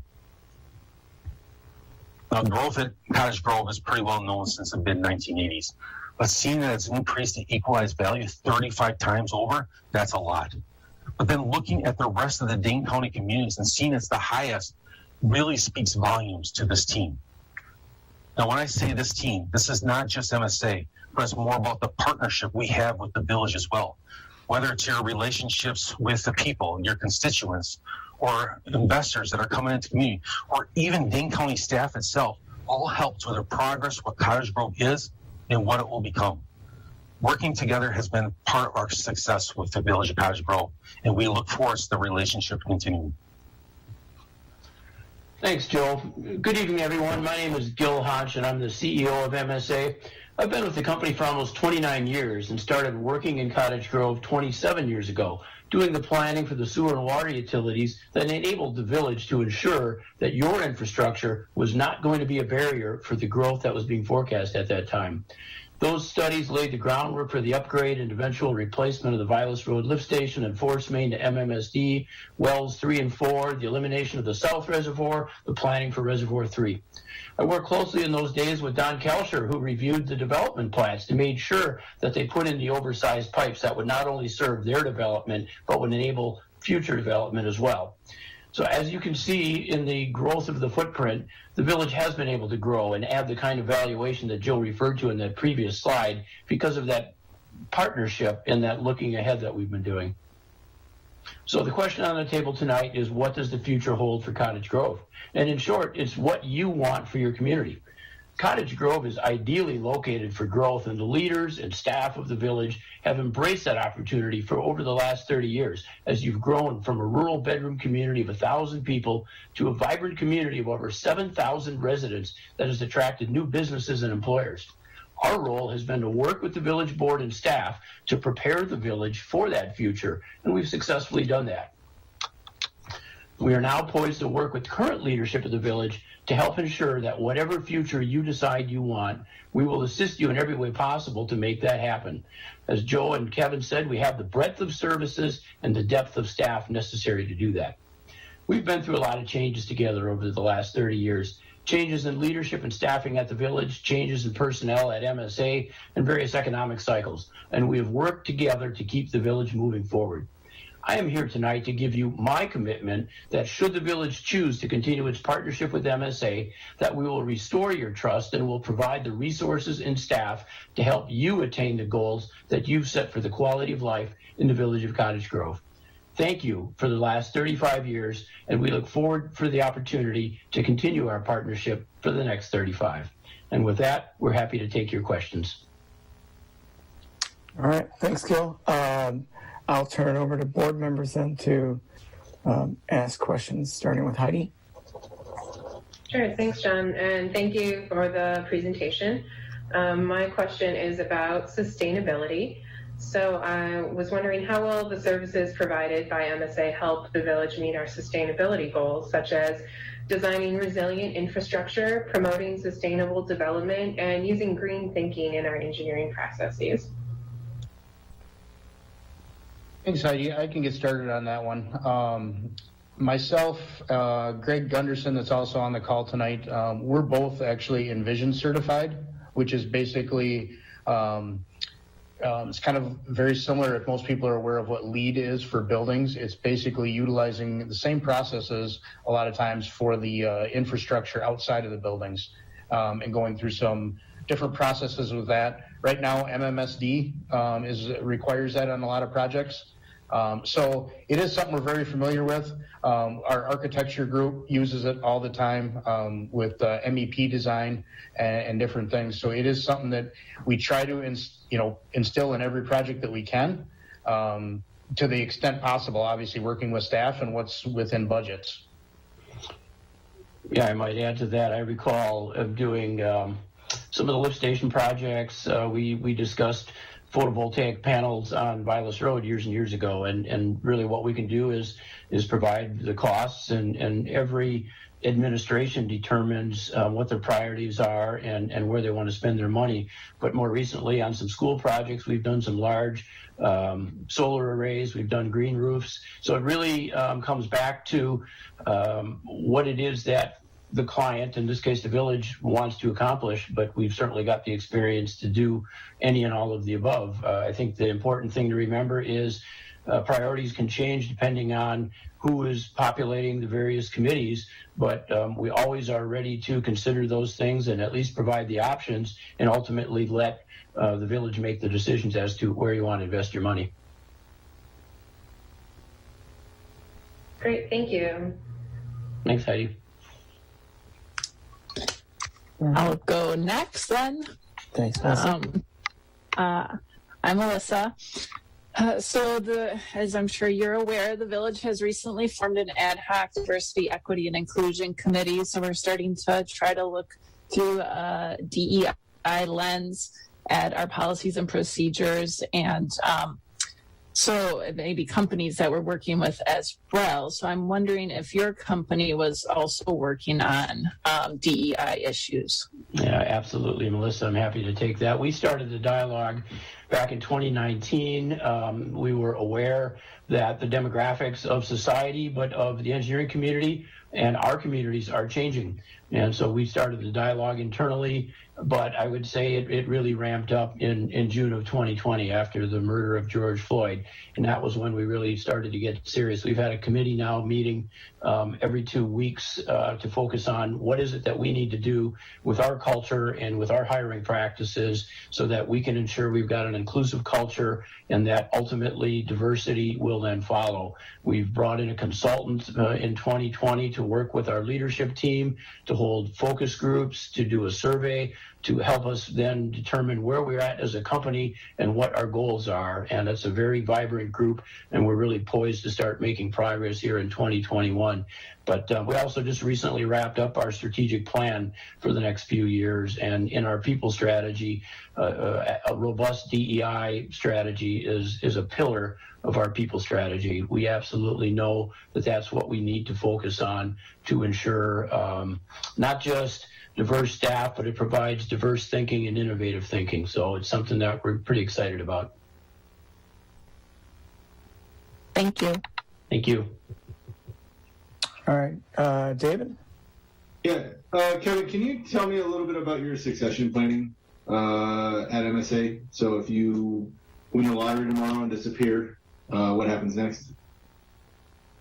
Well, that would be nice. I appreciate the opportunity to do that. But no, MSA has always been looking forward to that degree. And Gil can obviously speak to this to higher levels than myself even. But, there's other people that are involved, and that's why we're also obviously bringing Terry and Chad into this as well, is to obviously have more people involved on daily communication in stuff that's going on right at the moment, so that if something is needed and I am not around or I go on vacation or do whatever, that people can still get the prompt responses that we have, that Chad will be around or Terry will be around. So that's kind of the reason a lot of them have been involved with obviously projects, as you've heard before. This isn't, they're not just brand new to working in Cottage Grove. We just want to get them out there and definitely make them more visible and, basically be a more of a right there for the village as well, so that they can, help with that type of transition whenever that's needed, as we look forward and everything like that. Yeah, Kevin, I would add to that, we do have a written succession plan down to the level of our team leaders, which Kevin is at. But I'd also say that we're getting back to the way things used to be back in the 90s and 2000s when I was doing work there. I was brought in by Don Kelcher, and pretty soon Don would attend some meetings with me to the Utility Commission, and pretty soon I was the liaison for the utilities. Don was for the developers, somebody else was for stormwater and for road work. I think we got away from that when Mike was serving the village, and now with the model that's been put forth tonight, we're really trying to get back to having a very clear second and third third in command.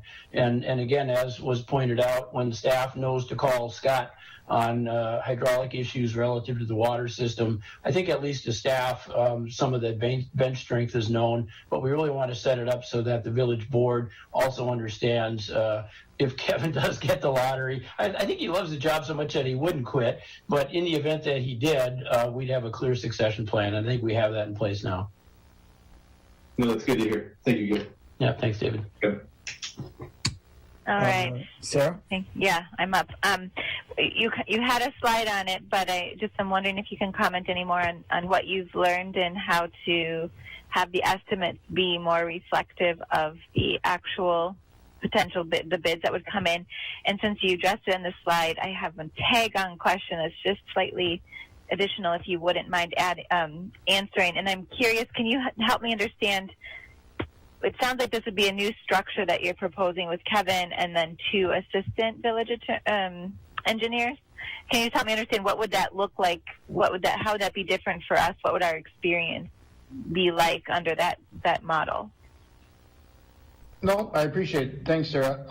So on the estimating part of things, basically, like Joe pointed out, we have had a lot of successful projects estimates prior to the recent bad ones, if you want to call it, right, during our transition period there. So we've had a lot of good estimates. There was a time there that we acknowledged during this transition, there was 2 or 3 that basically, they weren't a couple of them just might not have been more communication-wise.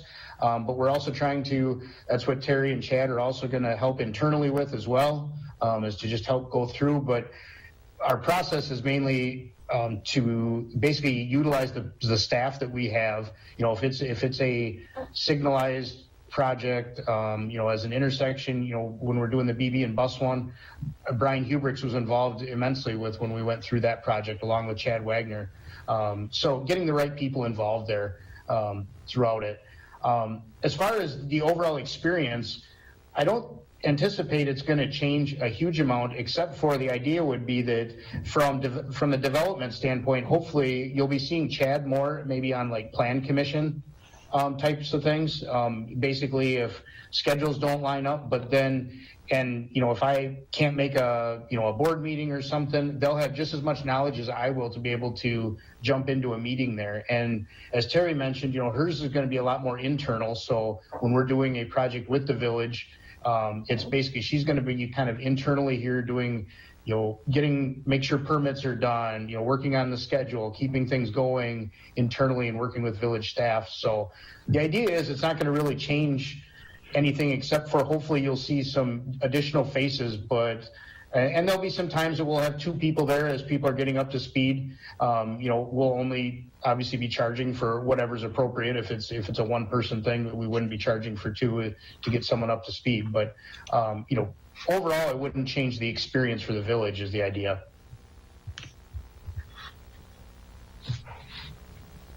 Thanks.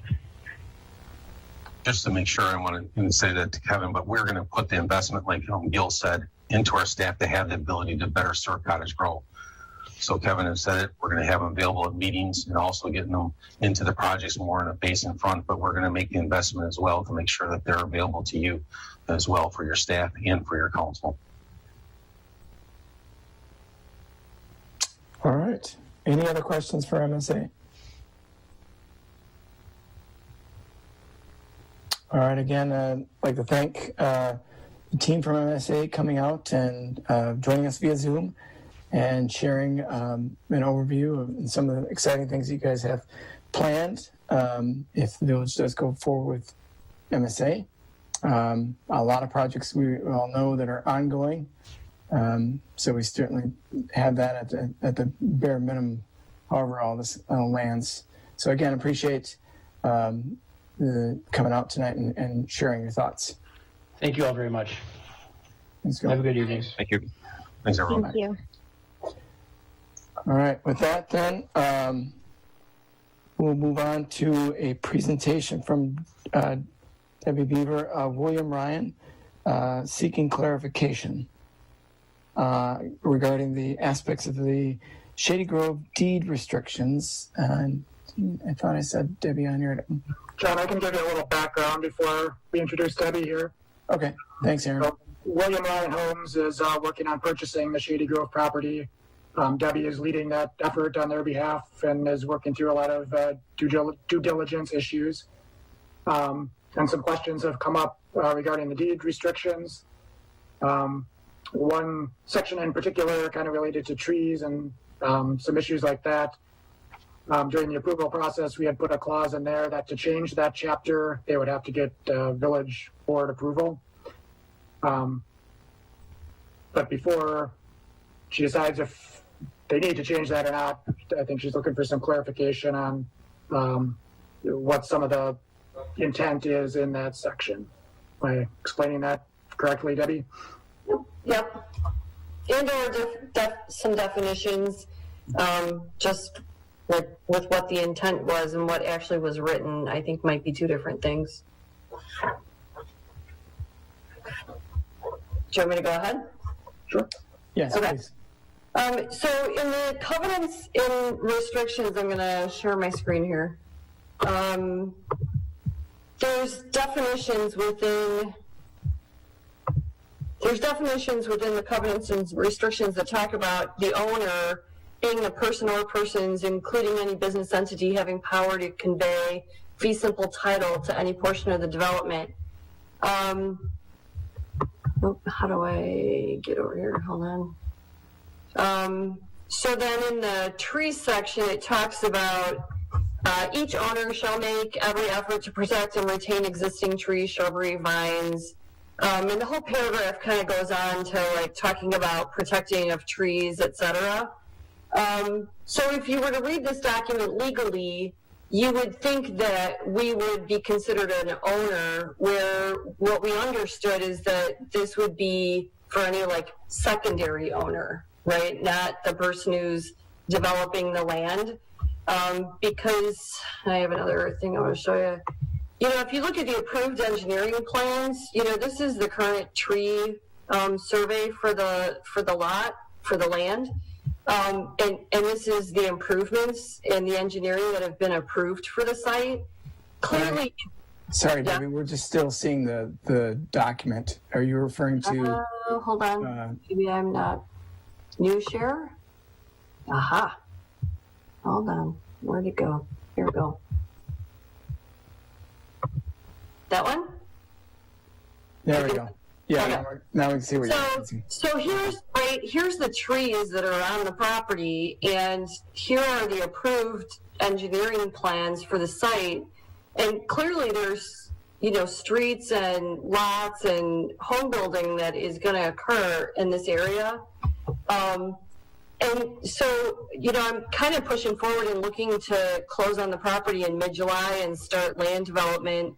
But as the risk management for, you know, my company, I can't do that until I have clarification on, you know,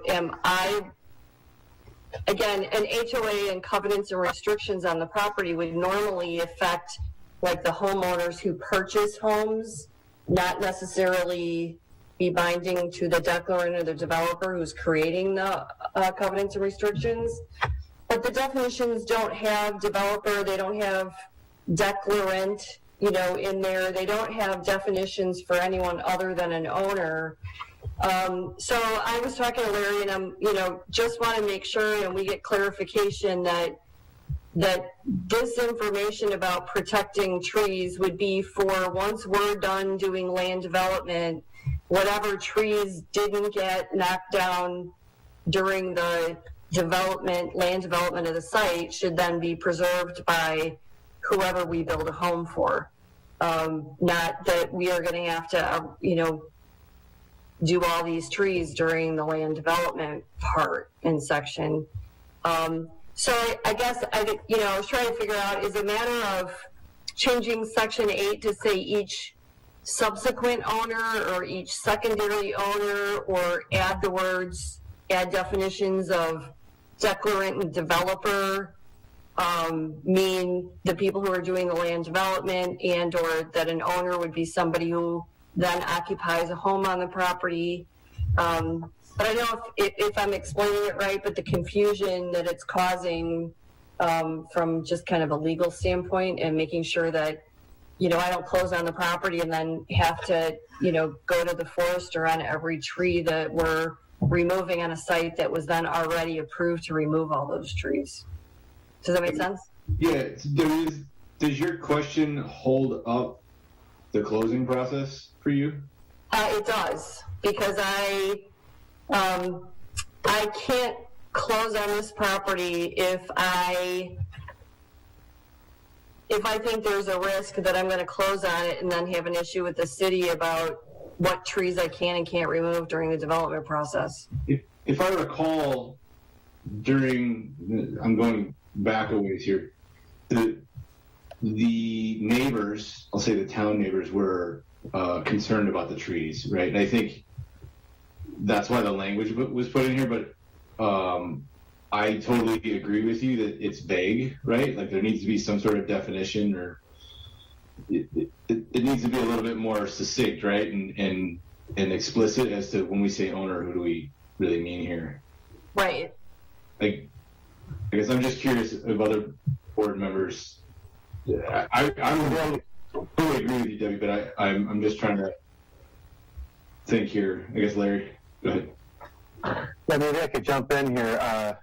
I think that it's clear to me what was intended. I wasn't involved in writing or reviewing this document, but it's clear to me that what was intended here was that the developer, the site developer, not the individual lot developer, which in this case will likely be the same entity, was intended to be included under the definition of owner, and that the only trees that were expected to be preserved are those that are not, if you look under A, not lying in the public roadways, drainage ways, building foundation sites, private driveways, soil absorption, waste areas, paths, and trails. So the effort is to keep all the trees. The covenant requires the owner to make every effort to protect and retain. It doesn't require that everyone be retained and protected, but just it's a high standard of effort to retain those, but it only applies to the vegetation and the trees outside of those development areas.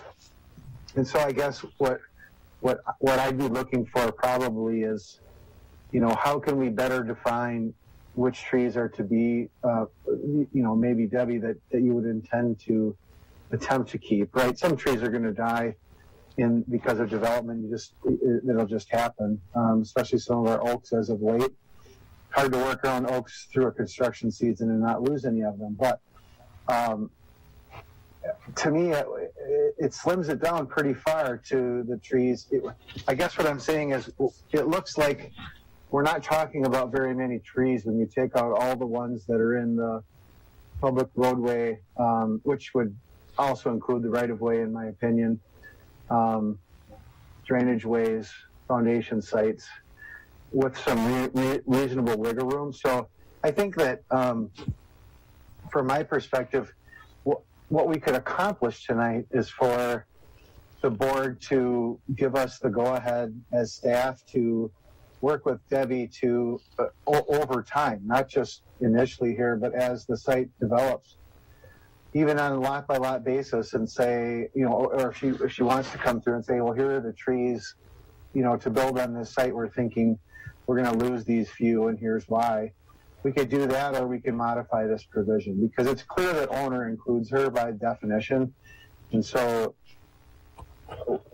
we wouldn't be providing her with the kind of confidence we need to provide if we just said you're not an owner, because clearly she is, or she will be, hopefully, if this all works out.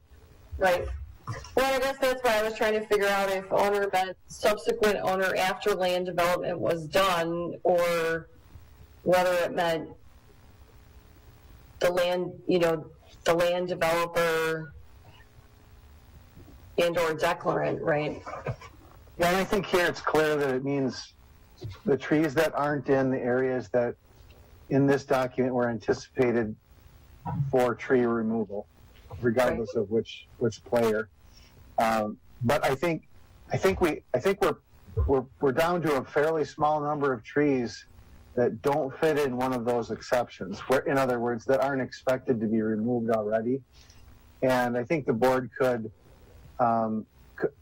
direct us to work with Debbie to to read this fluidly in context, and say, in addition to those those areas that aren't subject to this prohibition, in other words, the trees can be removed, there would have to be a reasonable amount of opportunity to remove trees near to those things.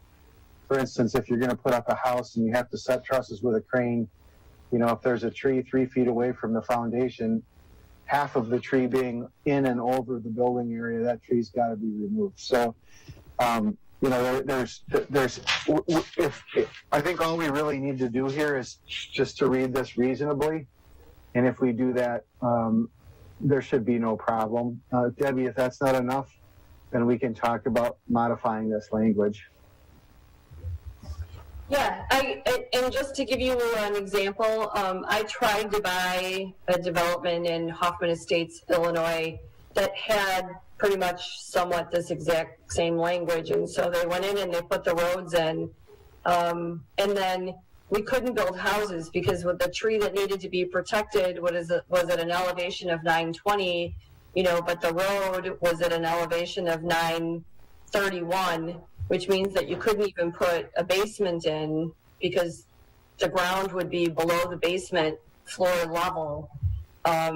And so the restriction of not being able to remove a tree because it wasn't physically in the house envelope, but it was on the lot, and the grade that the tree was at prohibited a house from being built. And so I'm just trying to protect us from getting into a situation where we can't build a house or we have to go through expenses. We all know that costs have escalated, lumber's up 400%, right? Like, if I have to start putting retaining walls around trees just so we can build a house, it's cost prohibitive. And so I just need some sort of assurance, from the risk manager at this company that I don't find myself in a situation where I either can't build the house and or I have to go through expenses of, retaining walls, et cetera, just, in order to protect the tree. So Debbie, to Larry's point then, and yours, do we need to modify this agreement? Or as Larry suggested, the way it's read, and have staff work with you on that? Obviously, you're dealing with a risk team, so you know what they're looking for. Right. And so we just need a little bit of feedback from you regarding that. I guess I'm okay with working with staff because so far staff has been very reasonable at looking at and understanding the, restraints of building. I think staff would understand, right, that if you can't build a house because the level the tree is at, then we've made a reasonable effort to keep the tree. But to Larry's suggestion, maybe we talk to staff tomorrow about like different types of situations and whether those are covered or not covered in, if we look at, reasonable effort to save trees.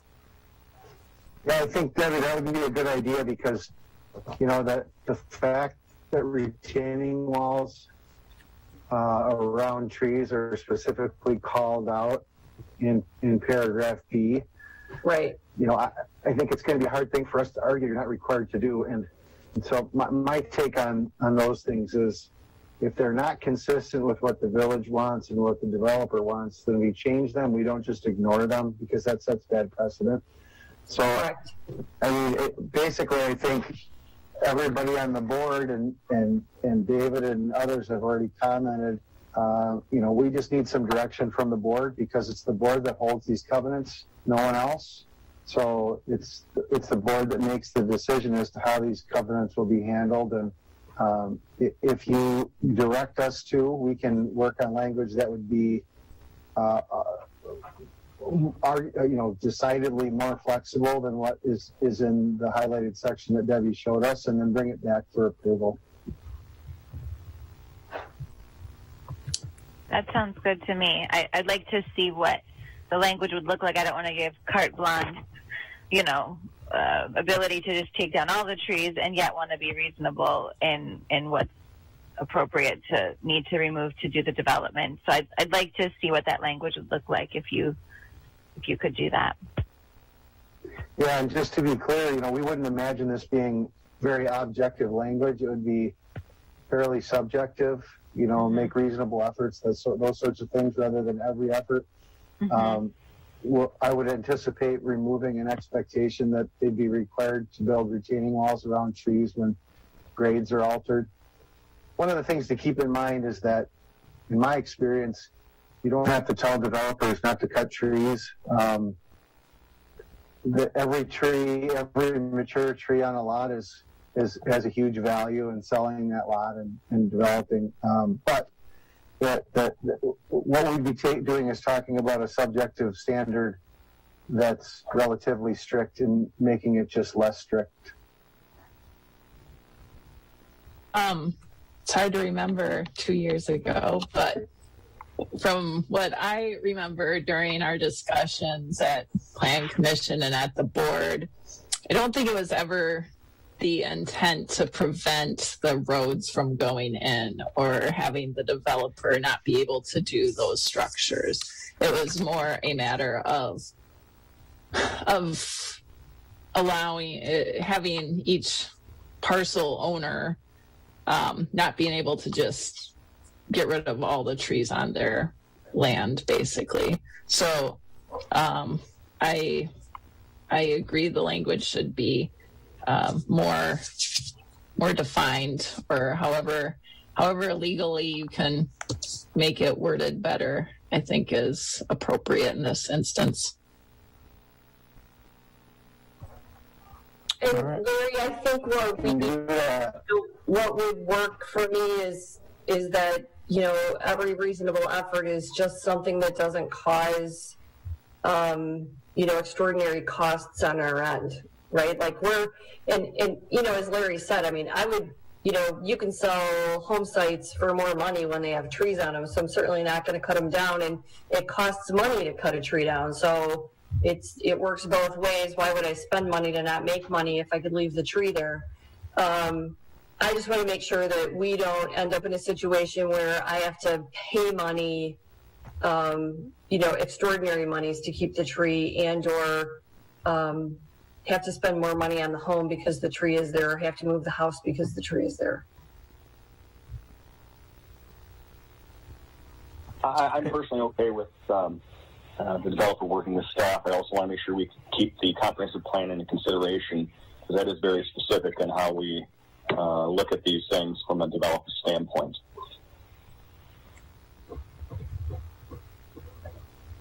All right, I think, Larry, you have, I think I heard from, unless any board member has a strong opinion otherwise, I think, Larry, you have the direction to work with Debbie and her team to adjust this language so that it does allow for that consideration so that they can keep moving forward.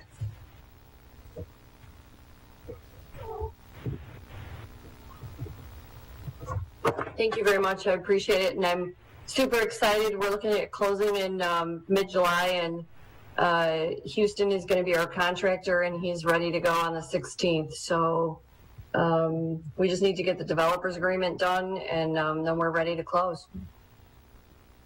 Sounds great. Thank you guys for all your help. I truly appreciate it, and super excited to be working in the Village of Cottage Grove. Thanks, Debbie. All right, thank you. Look forward to it as well. All right, keep moving on then.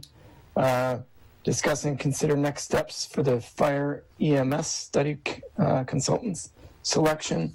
There is a memo in the packet that Matt put together. Matt, I don't know if you want to touch on any of these items or get thoughts from the board.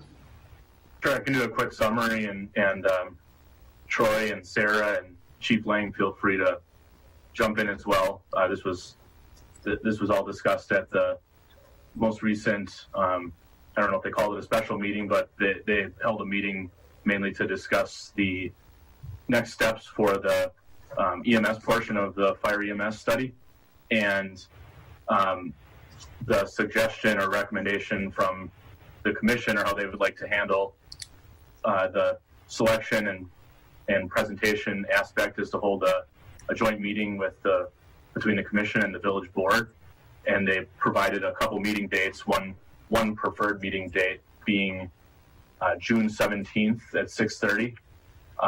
So I think we would start there, and then from a process standpoint, the idea was to allow for 30 minutes for each of the three finalists, and they did recommend eliminating healthcare strategist, which was the kind of an outlier and from a cost perspective.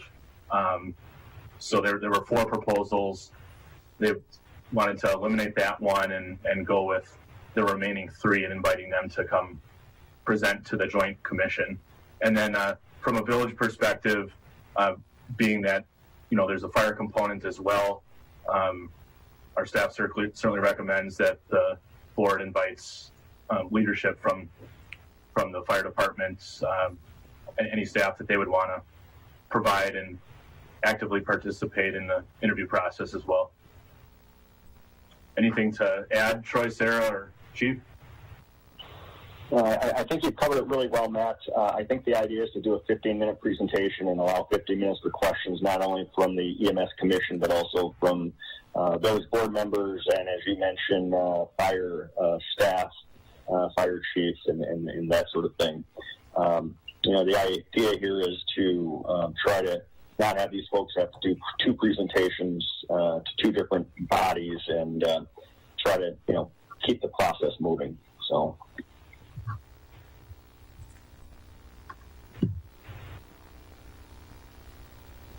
All right. Does anybody have, I guess, raise of hands or whatever, availability on the 17th? Go ahead. I was just going to note on the 17th is the start of the Firemen's Festival. And so I would prefer the 15th because I am volunteering at the Firemen's Festival. But if it needs to be on the 17th, then that's okay. And that's a great point, Melissa, because that could impact certainly the fire contingency as well. Yeah, that's true too.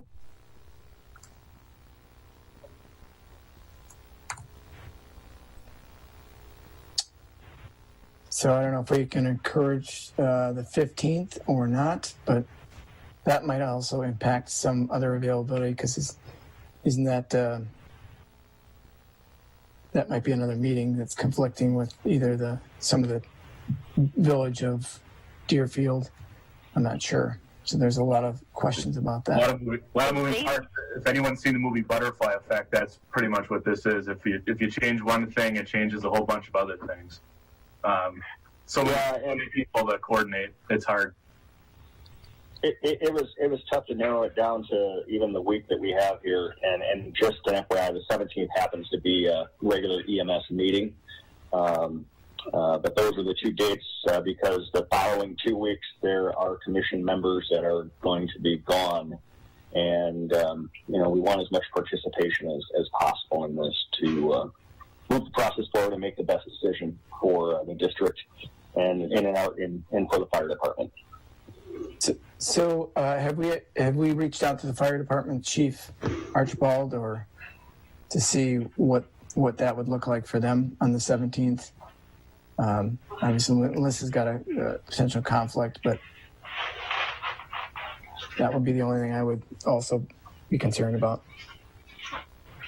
Chief Archibald is technically on the meeting, but is muted, so I'm not sure if he's necessarily available right now. I'm still good. So, Chief, we heard you. So, with the 17th, how would that impact you? You guys obviously have the Firemen's Festival kicking, ongoing. The 17th is Thursday, so there's not as much activities going on that day. We could make it work if we needed to. Okay. I guess I just wanted to point out that the EMS Commission gave both dates because both dates would work. So there's no reason, from my perspective, we need to push for the 17th if there are conflicts with it. I feel like EMS gave both dates for this exact reason. Chief, would that 15th be better, or is that still kind of the mad dash right before everything? Because I'm not sure if that's, because you're getting ready for it. That might be even worse. I don't know.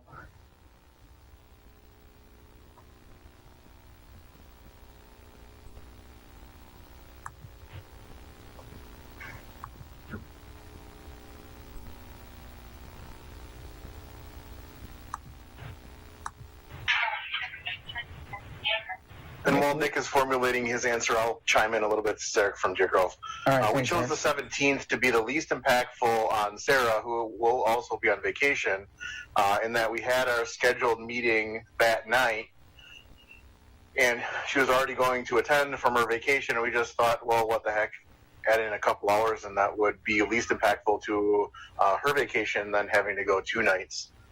So that's where we did select both, but came into the 17th. Okay, that's good to know. Thanks, Eric. I almost, Nick texted me, and I think he could make the 17th work if that worked best for anyone else, and wouldn't have to change the date night. So I don't know, it would be up to you guys if you chose to do the 15th or the 17th. And as Sarah said, we were open to either. And Eric, Nick didn't comment on the 15th, did he?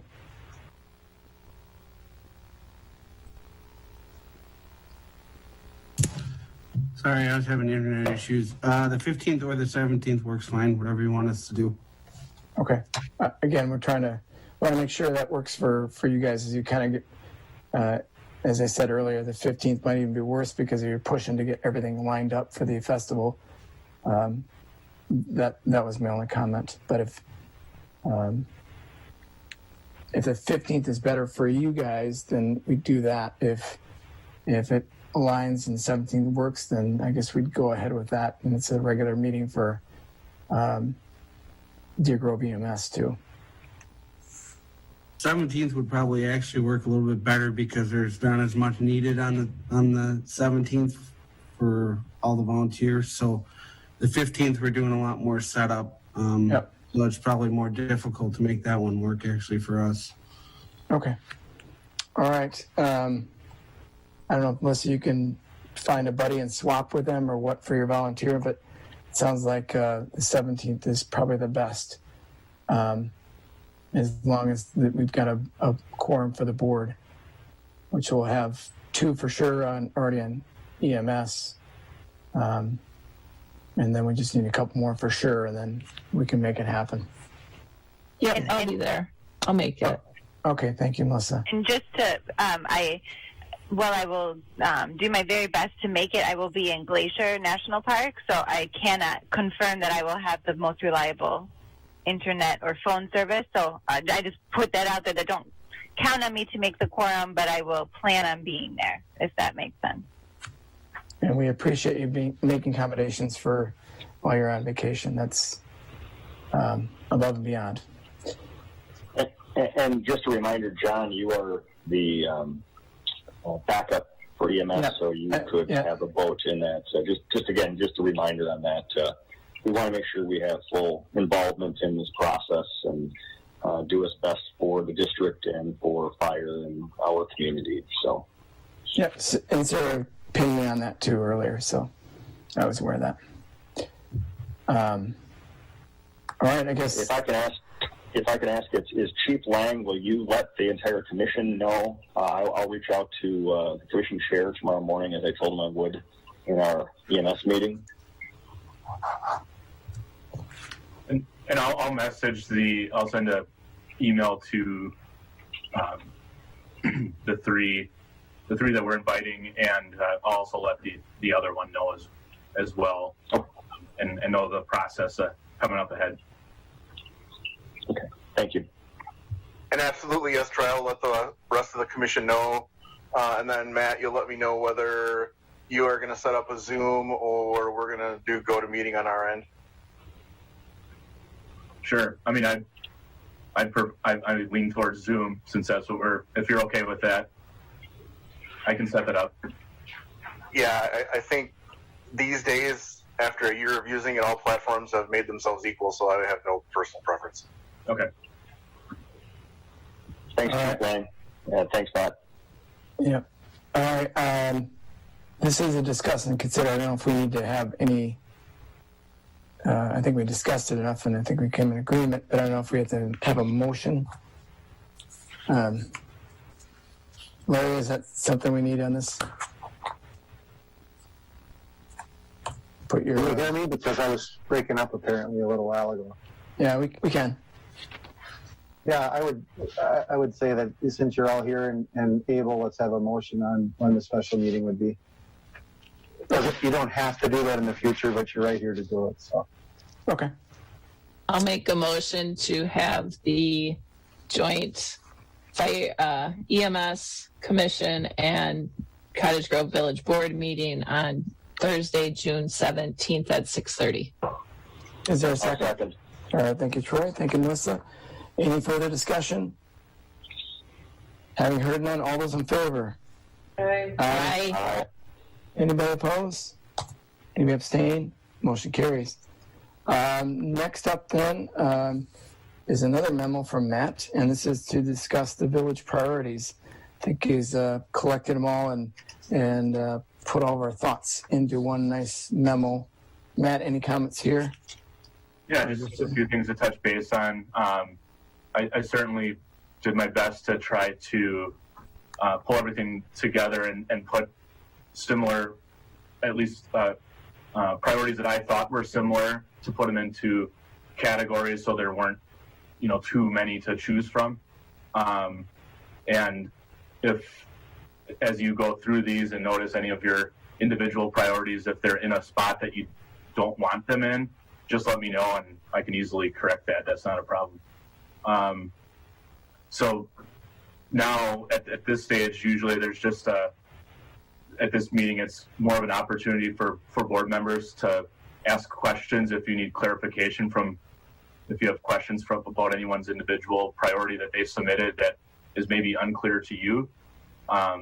So you could do that now. And then the other side of things is you also could take the opportunity to, I guess, lobby or make a pitch for anything that you individually put in for that you'd like to try to sell others on. And then after that, it's more time to allocate. We usually do the 20 points that can be allocated however you see fit.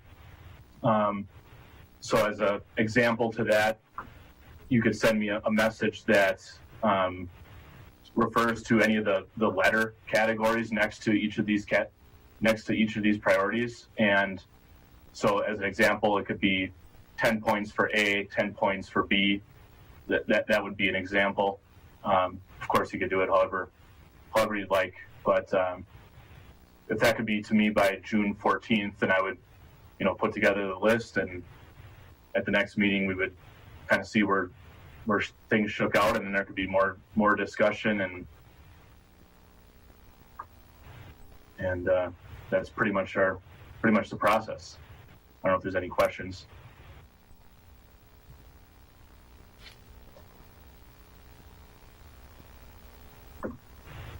I just wanted to comment on the emergency management letter Q at the end, that we actually don't have a joint emergency management plan now. That was actually we did that 2 years ago. We have it now. It's just the village.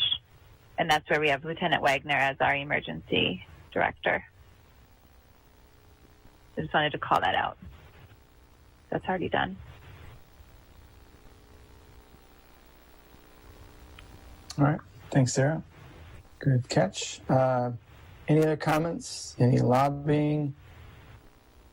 I'll just point out, as the new guy, I did not put justification for mine. I just listed them. So apologies there. So if there's any questions around anything that I did, feel free to point that out, I'll be publicly shamed, and then I'll know next time how to do this the right way. There's no right or wrong way, David. Yeah. I've actually, but I think the board's even maybe have had this discussion in past years. It's perfectly fine to put 1 word, 2 words, a sentence, a paragraph, 2 paragraphs. It really doesn't. That's okay. It's more of conveying however you'd like to state it. I have explanation envy here because none of mine are explained in any way. So, a lot of these I think are self-explanatory. But there's maybe 1 or 2 in here that don't make a ton of sense. But if you have any questions, feel free to let me know. But I know what I think I'm referring to Jay. I think that's the one that I'm referring to more than anything else.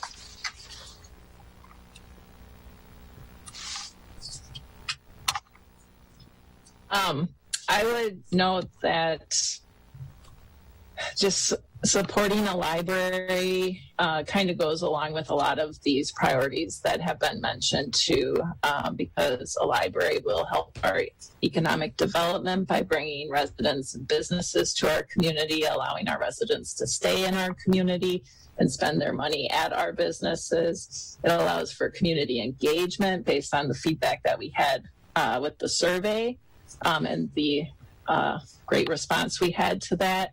It also goes along with our facility planning, diversity, equity, and inclusion.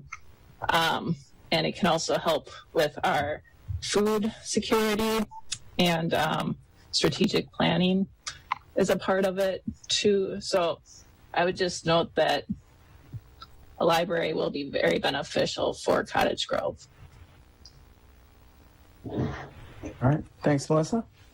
Sorry, John. Go ahead. No, I was just going to say, any other comments? Yeah, Melissa beat me to it. Just to give a little bit more context around village staff additions, so letter J. I put that in there just after meeting with all the department heads. It was very clear that we are ripe and overdue for additional heads on our staff. Some examples include maybe some assistants for Aaron and Matt. The chief of police mentioned another officer potentially. So there will be, I think there are some very strong needs for additional headcount. So what I meant to put in here was really, being really mindful and paying close attention to those staff additions and paying close attention and giving it deference that it needs. So that was my addition to the village priorities. So thanks, John. Thank you. Any other comments? Otherwise, we're going to, as Matt said, we'll be scoring these, talking about these over the subsequent meetings, a couple meetings, and get our opportunity to really dig in. Because I think once you see where all these kind of line out overall, when all of us contribute to prioritization of it, that really helps us kind of start talking specifically about what does that really mean, overall impact, and how do we approach that when we look at our budget, et cetera. So, and a lot of these are also more longer term items too. So you may want to have the discussion gets into what are the steps we need to take in order to make, go towards those goals. And I think we've used those last year in the budgeting in the prior years as well. But the board format changed a little bit, and we certainly need to have the fresh ideas and thoughts. And again, things have changed along the way as well. So if there aren't any more comments, I'll move us on then to our next item under new business. But I will pause for a moment to see if anybody does have a strong thought.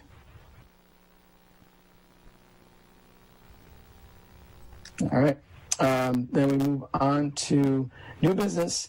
First one is to discuss and consider the liquor license applications for licensing year July 2021 through June of 2022. And there was a list attached in here. Any questions, comments regarding the liquor license applications for the next year?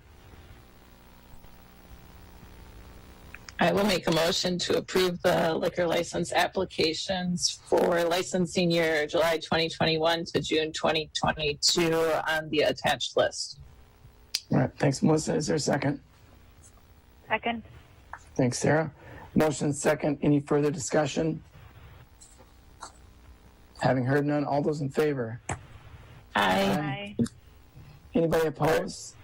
Oh, I think you were in the, Troy, you were in the in favor column, right? I am, yes. Okay. I had that mute button on. That's Okay. on me. All right. I don't like to listen to myself either, so. Okay. Anybody opposed? Any abstain? Motion carries.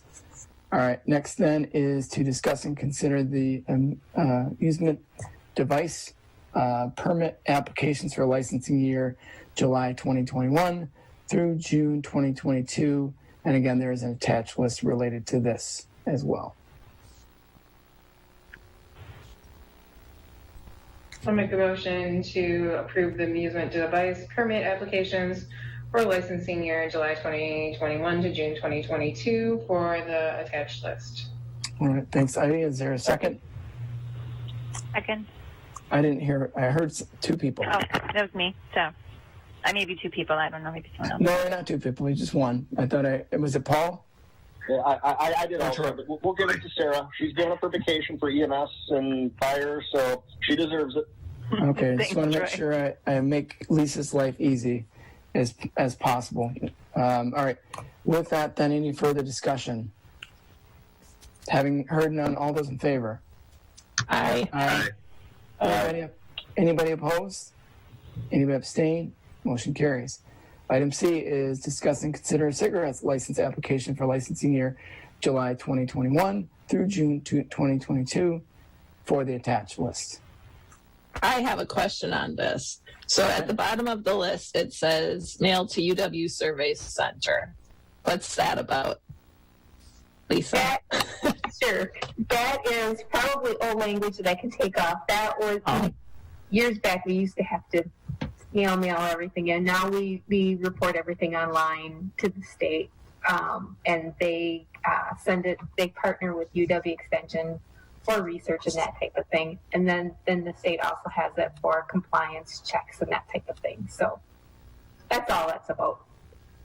I thought it was some fancy new survey thing happening. So No, it's just part of the processing. I just always leave it there because it reminds me that I need to send that on. Okay.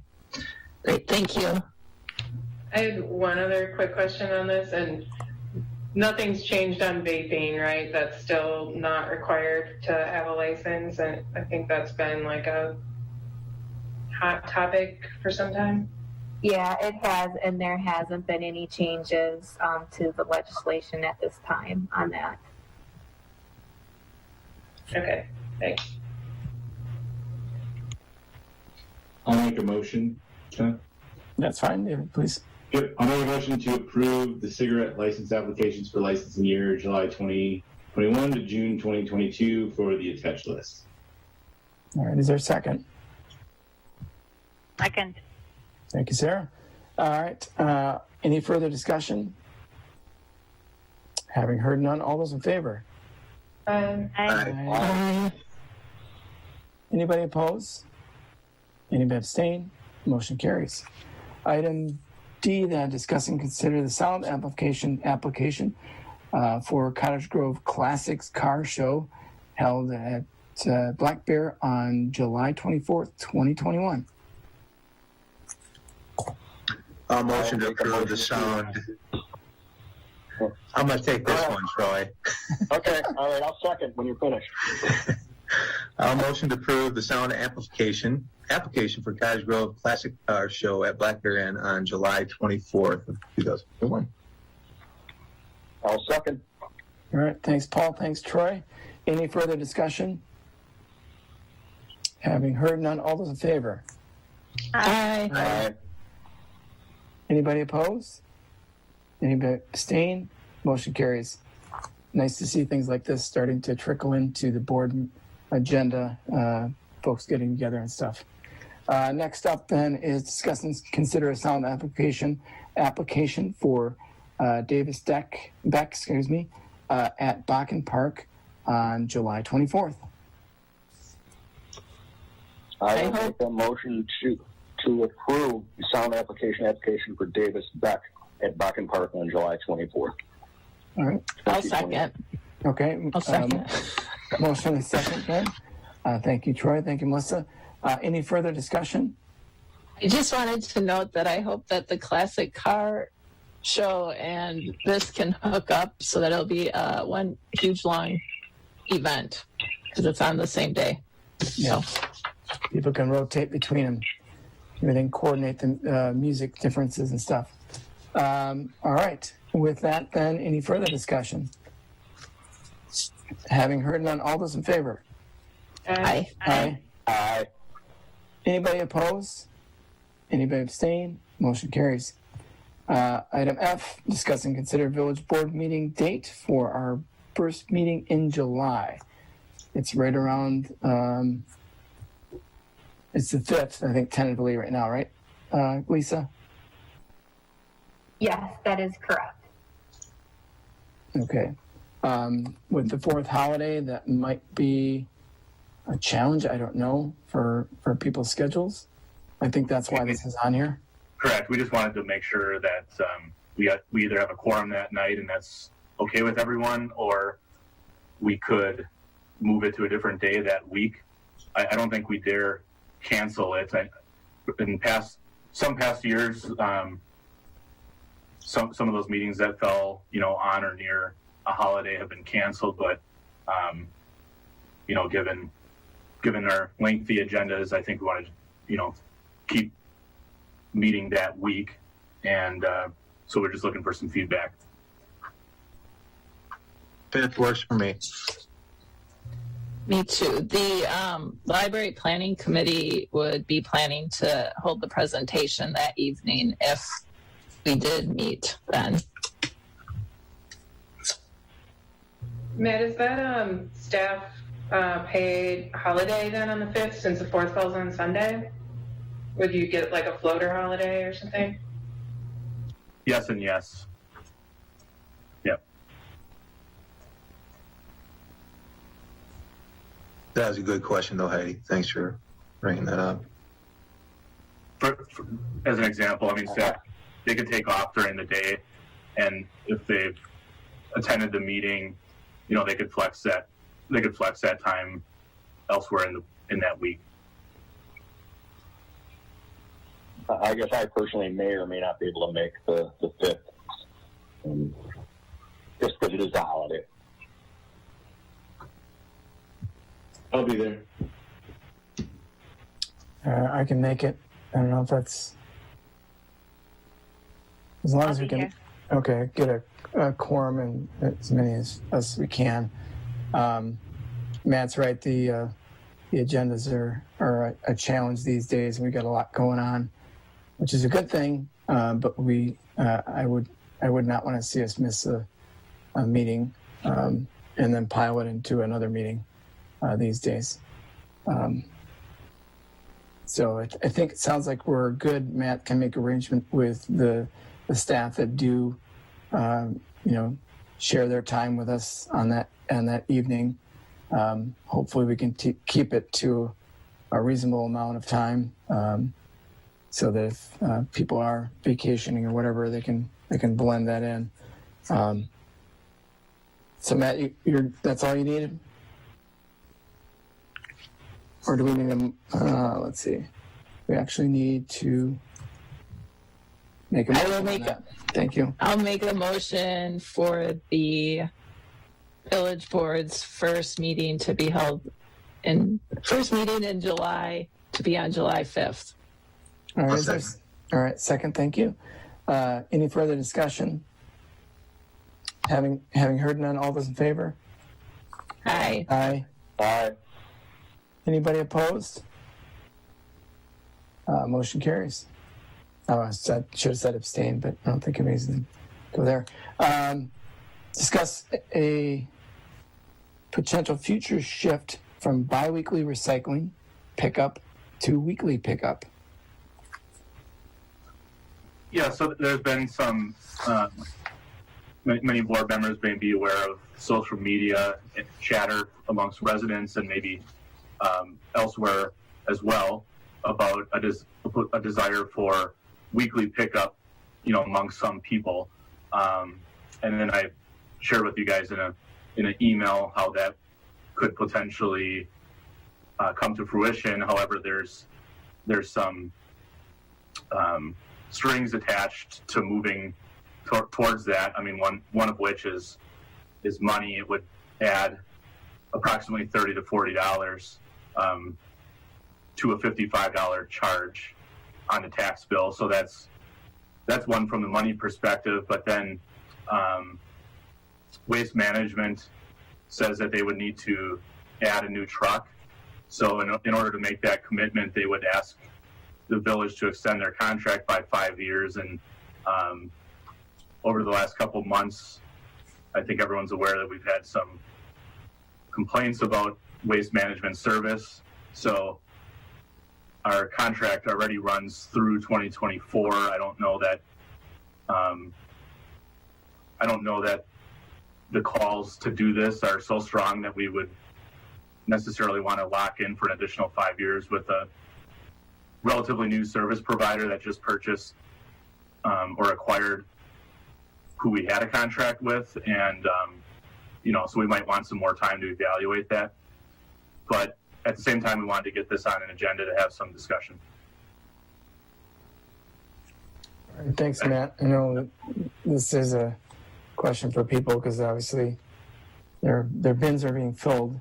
I think part of that we do need to educate folks, and we're looking for clarity from Waste Management on what should be thrown into those bins, because I have a feeling that we're some people are maybe over enthusiastic about what gets recycled and then it really ends up in the trash, and so they're filling their bin with some of that stuff.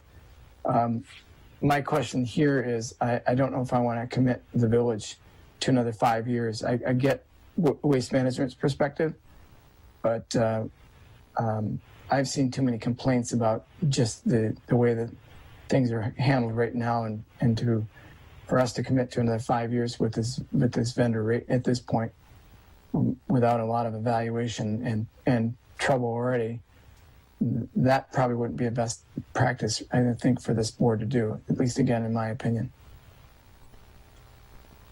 I would concur with that, with all the complaints that we've had about Waste Management, not only with recycling and leaving it on the streets and trash. A couple other thoughts. I think it's an opportunity for neighbors to get to know neighbors and ask them if they have room in the recycle bin and maybe bribe them with a six-pack. That seems to work, at least in the neighborhood I live in. And, the other thought is what if we went to recycling every week and trash pickup every other week? It doesn't change how often they're coming. It just changes what trucks are in the neighborhood every week and every other week. That's not a bad point.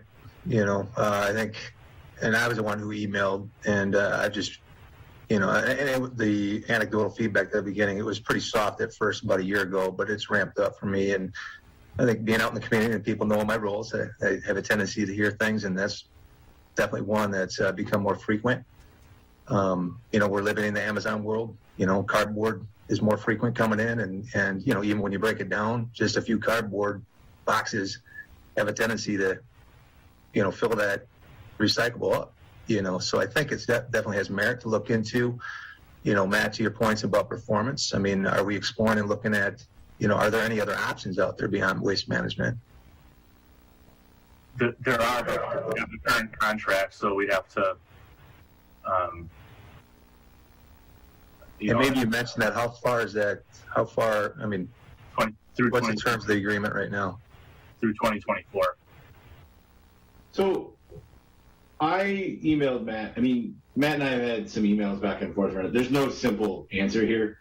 Troy, to your idea, I like the idea, but I live in a house with 5 people, including myself, and it's very easy for both bins to be full within 4 days, and we have the 90-gallon bin. So I like your idea in principle, but I think in practicality, right, for bigger families, I think it gets really tough, right? I think I lived in another city once. Well, Sun Prairie has drop-off recycling, right, where you can drop off cardboard, to Paul's point.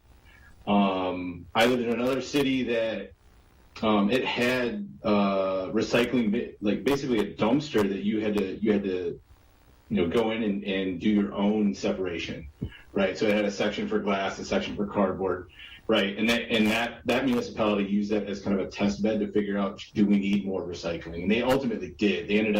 That particular community ended up doing weekly garbage and recycle pickup. I think at the end of the day, there's going to be multiple approaches are going to be necessary here. I don't think, even if we did weekly recycling pickup, I still don't think that would necessarily do everything. I think some other folks have mentioned things about composting as well, right? So I think all in all, I think this topic bears a lot more conversation, and I don't think there's a one-size-fits-all solution here. I would totally vouch for weekly recycling pickup, but again, it becomes a boat anchor, right? We have to re-up a contract that we might not be interested in re-upping for that long, right? I like Sun Prairie's approach in that you have a place where if you have an abundance of recyclable material, that you can take it. I think the last point I'll make is I've talked to JJ before. I think I notice a lot of neighbors, and I drive around the neighborhood and run around the neighborhood and bike. People toss closed garbage bags into the recycle bin, and as far as I know, if you have a closed, tied-off garbage bag in the recycle bin, now I could be completely wrong here, but I believe, and JJ, correct me if I'm wrong, that just automatically gets tossed into the garbage. Like, that does not get recycled if you haven't opened up the bag. And I think that's not a well-known fact. And again, I could be totally wrong. So JJ, you're on video now, so you can correct me if I'm wrong, but I believe that is true. Yep, absolutely right. They don't mess around opening those up. They go straight into their trash. Yeah, and I understand it's complicated. It's not as simple as saying, okay, we're going to throw it, $50 on, everybody's taxes a year. We understand internally that, because of the agreement and them wanting to add as part of the agreement, buying a truck, and us locking it for 5 years. But I think the conversation, David, your point, you got to keep the conversation going, because I don't think this problem's going to go away.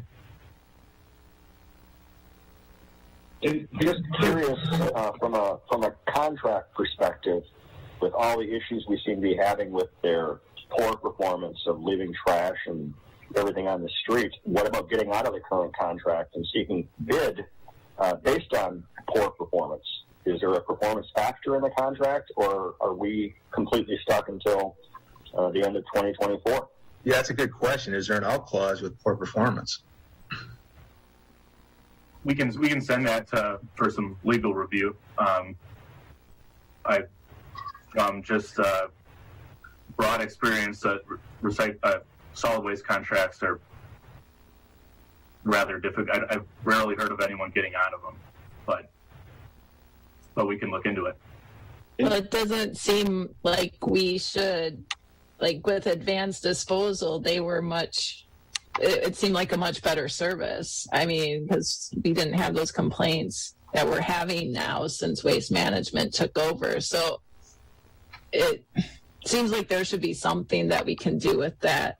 I would like that looked in further before we go. Like, I don't want to necessarily have another 5-year contract with this company at this point. They have not proven themselves able, I think, to handle our community, and I certainly wouldn't want them to be here weekly picking up our recycles and dumping glass all over our streets every week. So, and maybe that's not fair, but we're hearing about it. So, it sounds like everyone would be okay with some legal time to take a look at the contract and see what our options are. And if I could just add a couple additional thoughts. In my straw poll of my neighborhood, which is the same one as yours, Troy, so the 6-packs go a long way, but I think folks were willing to pay the extra dollars, so I don't think dollars was a barrier to folks wanting to do it. The extra contract with the poor service, I think, is the bigger issue. And I wonder if there's any pushback with waste management, and we just happened to be talking with the recycling truck person when they came by last week, and he was saying how many extra runs he had to do to the dump site because the containers were so full.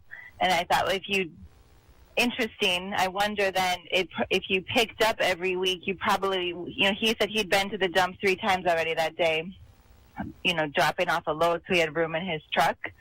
So I thought, I wonder if there's anything to that volume-wise, and I'm not an engineer, know how to work those things out, but it just seemed like maybe picking it up every week then would mean less runs and maybe quicker time. So anyways, just echo what everyone else says. I think we should look at the legal review. I walked around the neighborhood and took probably 25, 30 pictures of broken glass and bombarded Matt with them last week, so it was pretty bad. And just to ruin the surprise here for everybody, once we eventually solve this recycling issue, there's going to be bulk pickup issues too, right? So just in general, apparently this is a passion of mine, but garbage pickup is like something consistently. There's always going to be an issue, right? And I think that this bears a much larger conversation. I think because this is granted we have isolated issues with the service, but all in all, I think when you ask your neighbors how they feel about garbage service, you're going to get a lot more than you bargained for in that conversation.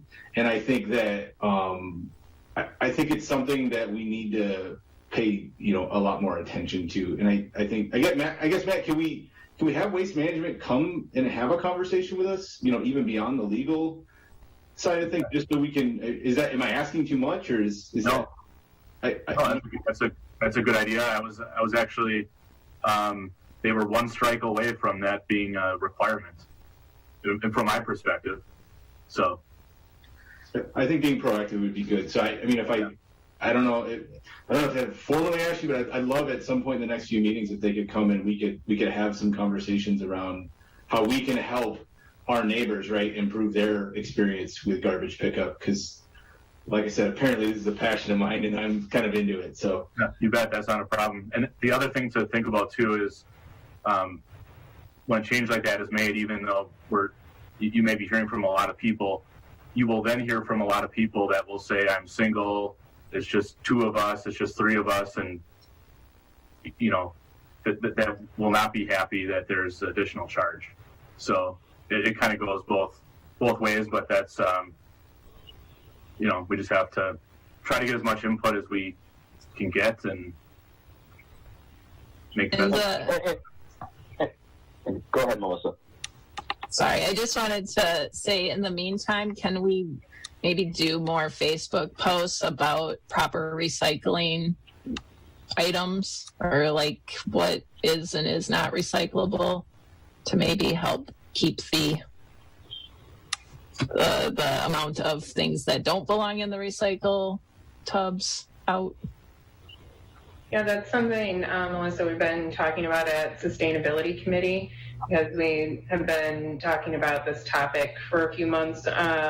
So that the education piece about what is actually recyclable, and then also the impact of adding additional trucks on the road. If we can get things that are actually recyclable in the bin and not bring another, they're not the most environmentally friendly vehicles, keep that off the road, but at the same time recognizing that shopping patterns have changed and more people are getting cardboard. So how do we kind of manage all of that and help our residents be educated on what goes in each bin? So I guess that's the conversation we've been having at Sustainability Committee. I would agree with you, Heidi, in a perspective. It's almost counter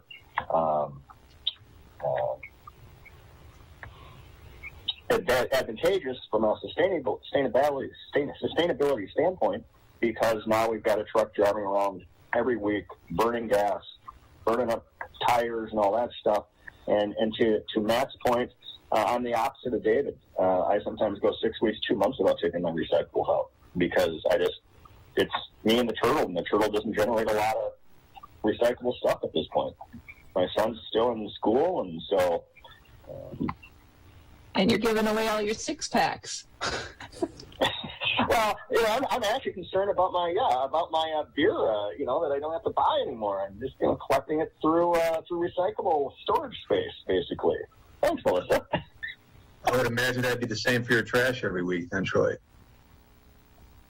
You're correct. Literally, sometimes I go a month without putting trash out. Just again, I just alone, I don't generate a whole lot of it. And that's been utilized by neighbors as well. So I think the best thing we can do is have David take all of his trash over to Troy's, and then we'll have half the whole village's problem solved. Yeah, David, if you could roll the things out and bring them back for me, it's free reign for you, buddy. You need a motion on that? It definitely deepens your relationship with your neighbors. When you're going around at 11 o'clock at night trying to find the bins that have some space, and they catch you and you talk. All right, with that, I think we will move on. We do have some actions out of that for staff.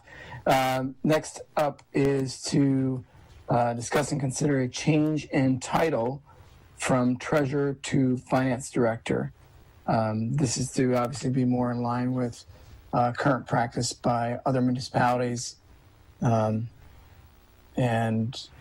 Just, Matt, you want to add anything to do that? Sure, and it's just a good time to do it with a vacancy that will start later this week. So when we go for recruitment and posting for that, it's a time it makes sense to change the title. The job description will still reflect treasurer duties per statute, so that will be reflected. It's really just semantics, but it's something that could generate a significant amount of more candidates. A treasurer position is often looked at similar to clerk in that if you're looking to get someone potentially from maybe the private sector, they may see that title and they might think it's even an elected position. They might not totally understand because there's a lot of elected clerks and treasurers.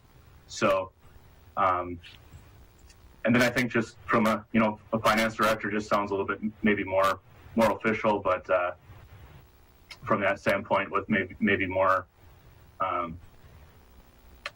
anyway, should just be able to help us out on the recruitment standpoint.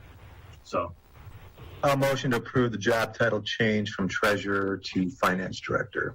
All right, thanks, Paul. Is there a second? Second. Thanks, David. Any further discussion? I'll make one other point. I think it's great that we would do this and pull from a larger pool. And I'd also like some preferential treatment for anybody that lives in the village, as long as qualifications are equal, that we give it to them because nobody else on staff has skin in the game by living in our community. I don't think legally we can necessarily do that, but I mean, you can't make it a requirement. No, we I can appreciate your comments. It's frustrating. Yeah, it's frustrating to me that we've got people making decisions in our community. And not that anybody's doing a poor job, but they haven't moved to our community or committed to our community like we as village trustees and presidents and all that other stuff. It's just a thorn. Getting it out there. Okay. All right, with that, then we have a motion and second to approve the change. Any further discussion?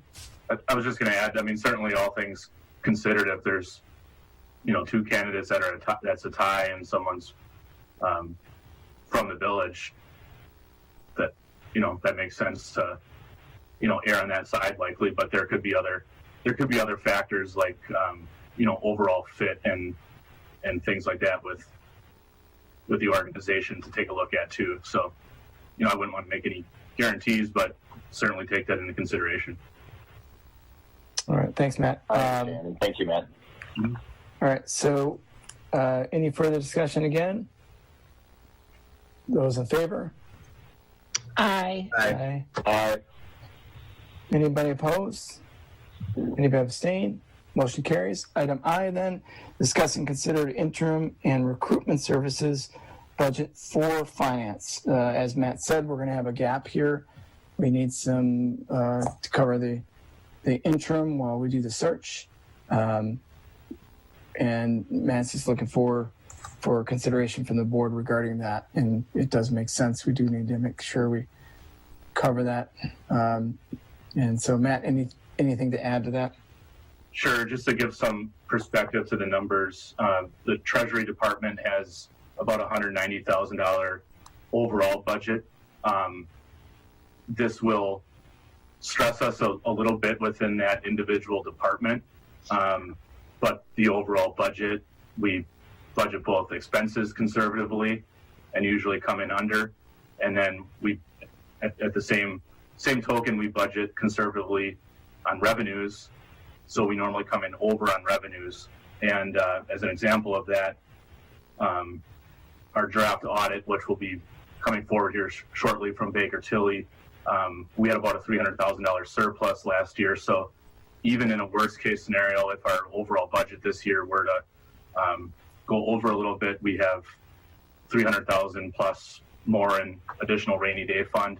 So from a financial perspective, I don't have any concerns. I just wanted to, full transparency so you guys understand, that there certainly are some impacts to, to having a vacancy, and we, not having, especially a department like this, when it's one person, we don't have the staff to fill it temporarily with in-house. So that really adds to the cost. And then we don't have a full-time human resources department. So, there's some recruitment costs and things like that. But overall, I feel like we're also not at a size that we need a full-time HR department. I think we just have to realize that there's going to be sometimes these costs during interim and recruitment time periods. But all in all, I think, we're in a good position. And I'm not concerned, but I just wanted to, and probably didn't even need approval from the board, because it's a, we have to provide accounting and we have to do all these things, but felt it was important to bring it forward. Being there, it's on the agenda. Matt, appreciate the background and some of the financial picture to that end. I'll motion to approve interim and recruitment services budget for finance department. Is there a second? I'll second. All right. Thank you, Heidi, and thank you, Paul. Any further discussion? Yeah, I had a quick... Oh, go ahead, Bill. I just want to, are you going to put in a dollar figure not to exceed the $60,000, or just leave it open-ended?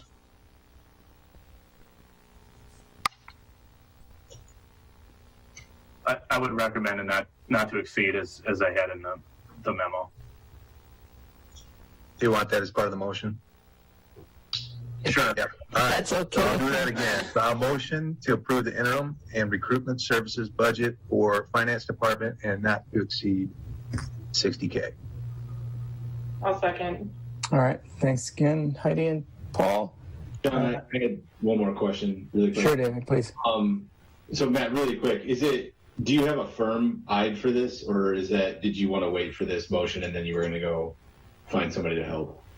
I've gotten multiple proposals for both the interim and the recruitment, and I have it lined up with two entities in place, and I can touch base on that if you'd like.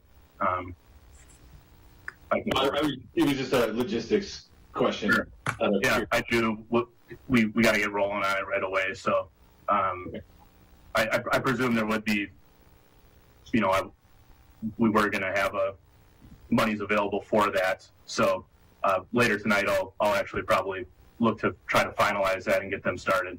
Okay. It'll probably start mostly next week. Okay. No, that's what I need. Thank you. Sure. All right. Any further discussion then? Having heard none, all those in favor? Aye. Anybody opposed? Anyone abstain? Motion carries. Thanks, Matt, for doing all that legwork. You bet. All right, then we move right on to reports from village boards, commissions, and committees. starting off with Pier Court. David? Yeah, we had a meeting last month, our regularly scheduled meeting. We talked to Briar Patch, gave us an update on everything, and really the meeting is usually about 15 minutes. It went longer because I asked too many questions, just kind of getting acclimated.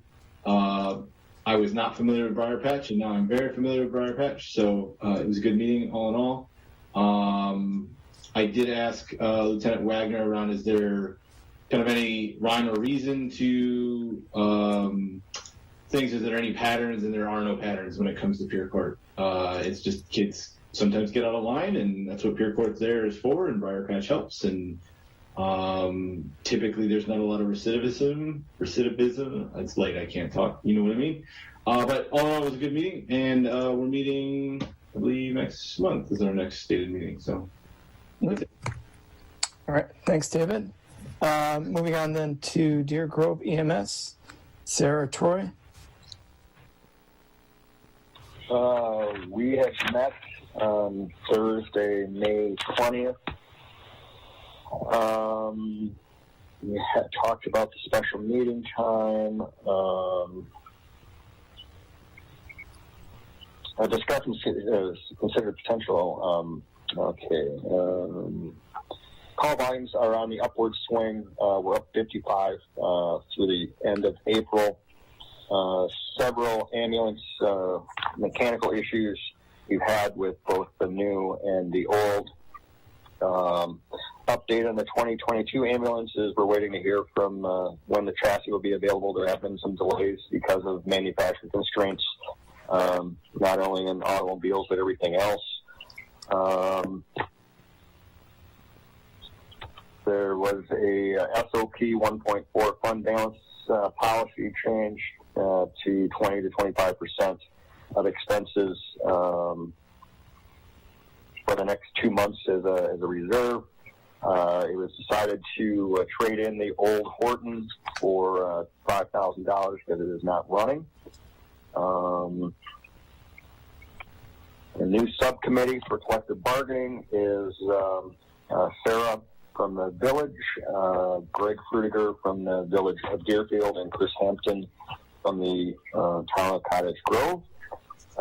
Election of commission officers, Chris Hampton. It's time for the town of Cottage Grove to be chairs. Chris Hampton was elected.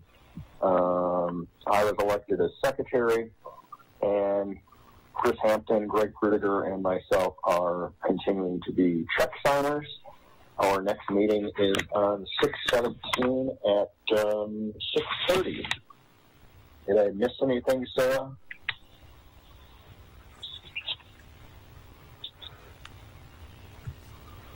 Shaking her head no, I think. Yeah, no. I was too lazy to unmute. No. Okay. All right, great. Thank you. Moving that on to NADVIG landfill, Paul or David? I can take that, John, and David, if I'm missing anything, you can add at the end. The meeting was on Monday. Our last meeting was Monday, May 24th. Literally was a maybe 10, 15-minute meeting. And really most of the discussion was around the progress of the gas probes, the installation of gas probe 10 and how that's helping support gas probe 9. They continue to monitor, the methane levels, and they're seeing a nice decline, in terms of the methane levels that needed to be addressed in gas probe 9.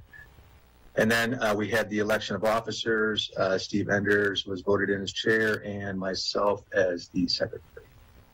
David, am I missing anything? Nope, your butt's on it. All right. Thank you, Paul, and thank you, David. Moving then on to the ad hoc housing task force. Paul. You missed fire committee. Oh, I'm sorry. That's okay. Melissa, and I've got you written in here too. Melissa, Paul, or David? It's getting late. Right. Basically, the sign is installed. They're just waiting for the second land survey.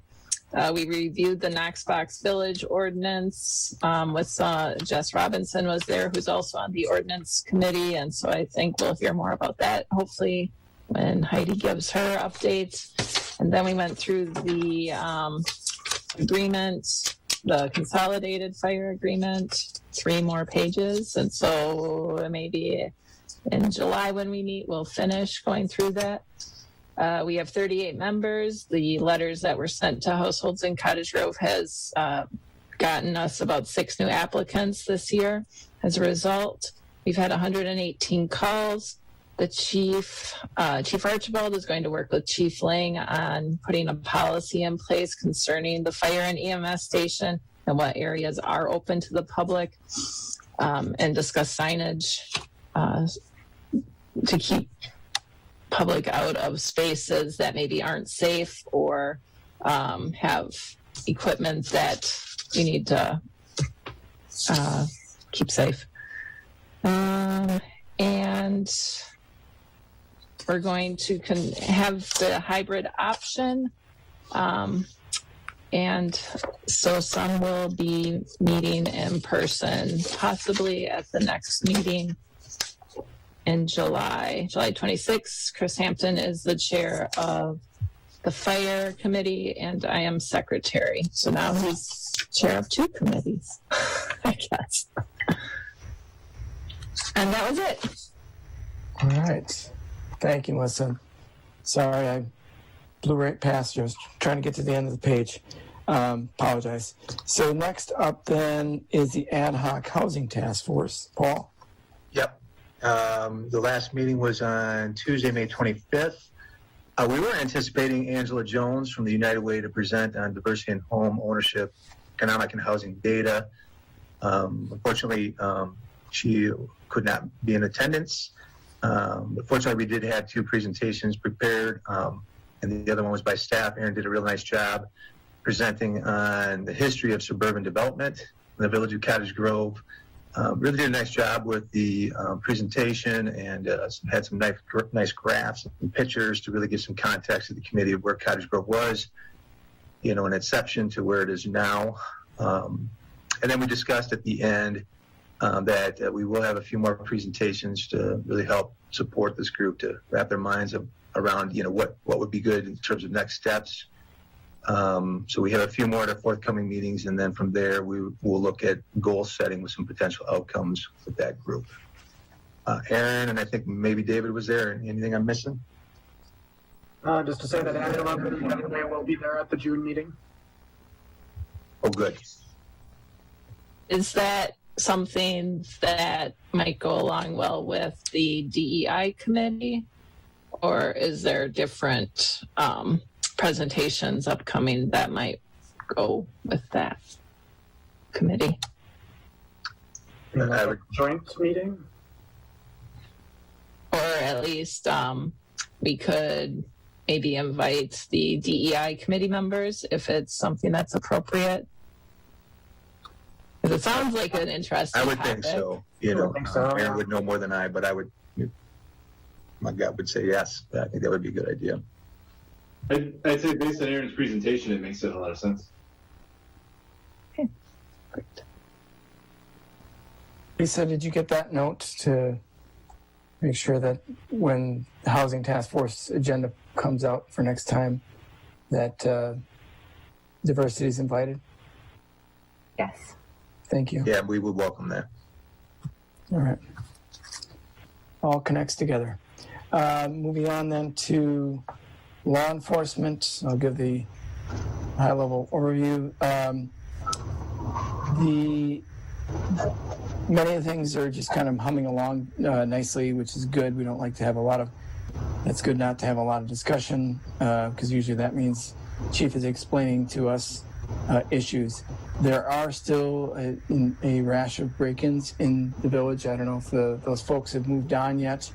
As Chief said, there's actually a task force within Dane County, a group of detectives that's working on this, because it's not only hitting Cottage Grove, it hits, they move from community to community once, they create all the chaos that they think they need to do.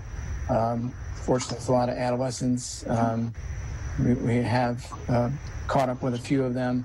That was the main thing. The other big topic discussed was, and it's on here as it's discuss and consider, proposed no parking on the west side of Damascus Trail. north of Manley Lane and south of Union Trail. And this is due to the way the road is structured, and there really isn't a lot of space there. So there has been some complaints, and we just want to, because it's around the school there, there's plenty of parking generally in the school parking lot. There are events that it does overflow. Some of it has been construction vehicles, but there are spots for them as well if they just whip around and park on the other side of the street. So that's the committee approved this. We're asking the board to consider that as well. Chief or Troy or Heidi or Sarah, anything else that I missed? No, I just think it's important that we get that no parking on the west side, because when people are southbound on Damascus and someone is parked there, it forces them into the northbound lanes, and it's just not safe. I wish I would have realized that was going on where people were parking on the west side during most of the construction on that mini subdivision on the east side of Damascus, but better late than never, and for future purposes, I think it's important to have that as no parking. There's really no shoulder there. It was designed for people to park on the east side of the road, not the west side. All right, thanks, Chief. Any questions about that from board members? I guess, Dan, I'm kind of curious. Is it the bike lane that's causing issues? Is that because it's such a wide bike lane on that stretch of road? Or I guess I've always kind of felt it's kind of awkward, right? That stretch of road, just the way it's painted. So I'm just curious what, other than making it a no parking, that side no parking, is there anything else that can be done? From my perspective, no. It's a super wide road because of the school. I don't know what the design purposes were for how they made it with no shoulder on the west side, but there's more than enough parking, in my opinion, on the east side of the road that could make up for it. And it's not like there's houses over on the west side, it's the school. And from my experience, they really don't need to be parking down on the road there for school events unless I'm missing something. I just know that when there are like soccer and sledding in the winter, like a lot of cars park over there. And obviously it ends up with issues, but it's, I'm just anticipating complaints one way or the other, right? You fix one problem, you create another one, right? So I'm just thinking through this mindfully. I think it's ultimately a safety issue. And as Chief said originally, when cars are having to go into the other lane, then it should be no parking. It's just that straightforward. Agreed. How did this come about? Did someone bring this up, or was it just Chief drove by it at one point, or? No. A village board member contacted me about it, I believe, and so I went out and looked at it and saw that the construction people and other cars were parked on the west side. So at that point, I saw people driving into the southbound traffic to get around these vehicles, and it's just, that doesn't make any sense to allow people to park on that side. There's so much parking available on the east side. I had a resident contact me about it, and I thought it was a safety concern with the turning in and out of the school. So then I asked Chief about it. Okay. Thank you. All right. Is there this discuss and consider? Anybody? I'll make a motion to approve the no parking area on the west side of Damascus Trail, north of Manley Lane and south of Killian Trail. All right, is there a second? Second. All right, thank you. Troy and David, any further discussion? Having heard none, all those in favor? Aye. Aye. Anybody opposed? Anybody abstain? Motion carries. Next up then is to go to the Ad Hoc Diversity, Equity and Inclusion Committee. There are a couple of discuss and considers there. Sarah and Melissa, I'll let you kind of talk about those. Sure. Yep. So we've got the two discuss and consider items, which made up the bulk of the meeting. We did have a presentation from Lieutenant Wagner on the demographics of Cottage Grove, and the census data had just come out, so that was some interesting data there. But the items for consideration tonight, the first one is a resolution in support of the Asian American Pacific Islander community. And so you'll see a memo there from Melissa and the draft village resolution that the committee passed and would like village support on. So I don't know if we want to take that one first before we move on to the second action item. Reasonable. Can I just note something with that then? So I brought this forth because I think it's important to bring awareness to issues in our community. And with our resolution last year regarding diversity, equity, and inclusion, and the forming the ad hoc committee, I think it's important for the Village of Cottage Grove that we're dedicated to honoring diversity, including of our residents of Asian American and Pacific or Island community, and to stand against hate, violence, and bias to any group in our community. So that's basically what this resolution is. And it did pass our committee, the DEI committee, unanimously. We recommend that the village board approve this so we can continue to work towards our efforts outlined in our resolution from last year to condemn and confront racism. So, and the memo is in the packet, but it's getting late to go through it all. So,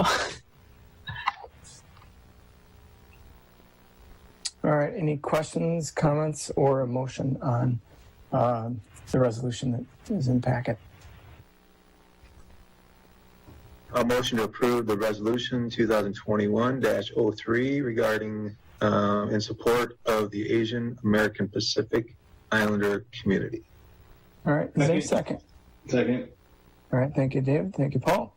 Any further discussion? Having heard none, then all those in favor? Aye. Anybody opposed? Anybody abstain? Motion carries. Second item then, as Sarah John. Oh yeah. And I'm hoping that all trustees will come and sign it then, just like we did for the 2020-07 resolution, just so that our community knows that we all are in support of them. Happy to do so. Will that just be something we just swing down to offices and it'd be available through Lisa? Yep, I have it ready for you. Thanks, Great, Lisa. thank you. Take the opportunity to walk down to Village Hall, bike, or swing by on one of your errands. All right, thanks, Melissa. Next then is discuss and consider recommendation for the ad hoc Diversity, Equity, and Inclusion Committee use of an equity lens draft. There was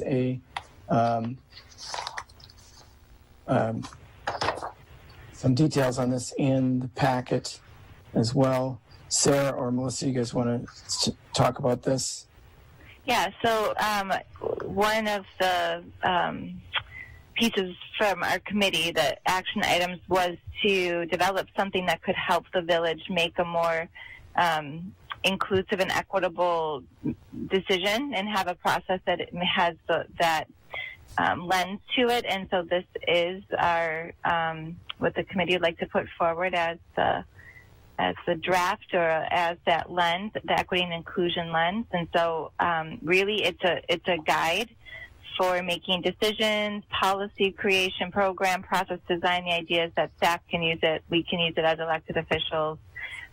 It's a way to basically put on a different pair of glasses. We all have our own lens that we see life through, and so this encourages us all to consider our decisions and processes and programs through different lenses to see where we may have systemic barriers or inequities. So it asks just five 5 simple questions in consideration around who may be burdened by whatever it is that's being decided, who benefits, what biases may be present, what are potential unintended consequences, and what may be done to eliminate or mitigate the disparate impact of those unintended consequences. And then just some additional considerations as we roll things out around gender-neutral pronouns, person-first language, and plain language. So the committee approved this and would like to suggest that we put this forward as an additional lens and tool for us to use as we continue on with our village business. Any questions from board members? I would note that at the county level, on the agendas, on every agenda for the board and committees, at the top of the agenda, it asks these types of questions so that it can keep in everybody's mind that's who's a member of the committee or the board. They ask to consider who benefits, who is burdened, who does not have a voice at the table, and how can policymakers mitigate unintended consequences. So this is kind of the same type of language to just and we have started doing some of this already at the board level, such as with the gender neutral pronouns. And like at our shelter where we have the family gender neutral restroom now. And we're working on our ADA plan to update our parks. And so it just keeps this at the forefront of our minds and for staff when we're doing ordinances and policy making and looking at new developments maybe and that type of thing. Okay. I just wanted to make a brief comment that I think that this is an important way to look at our decisions and topics that come in front of us, that we should consider all aspects and just keep reminding us that maybe someone isn't at this meeting or in this room at the moment, but we should try and view decisions through different lenses and make more considerations than perhaps just the traditional people at the table or have been here for a couple of years, to keep reviewing how we look at things. So thank you for bringing it forward. All right. Heidi, is that like a motion? Is that like the entry to a motion? Sure, I can make that entry to a motion. Make a motion to approve the recommendation from Ad Hoc DEI Committee to use the Equity Lens draft. Second. All right. Thank you, Heidi. Thank you, David. Any further discussion? It's getting late. I needed that prompt. Thanks. That's all right. All right. Again, any further discussion? Having heard none, all those in favor? Aye. Aye. Aye. Anybody opposed? Anybody abstain? Motion carries. Anything else to cover, either Sarah or Melissa, for the ad hoc diversity? Nope. Okay. All right, super. Then we'll move right over to ordinance review. Heidi and Paul. I'll try not to ramble so much this time. So we met on May 26th. We had 4 main things we talked about at this meeting. The Knox box, as Melissa mentioned earlier, Joint Fire looked at that, and they had one main concern about how we would define hazardous materials. So we're going to work with Larry on any modifications we might need to that language to make it clearer. We've been working on a draft. Alex kind of took the lead on that, on use of firearms and weapons.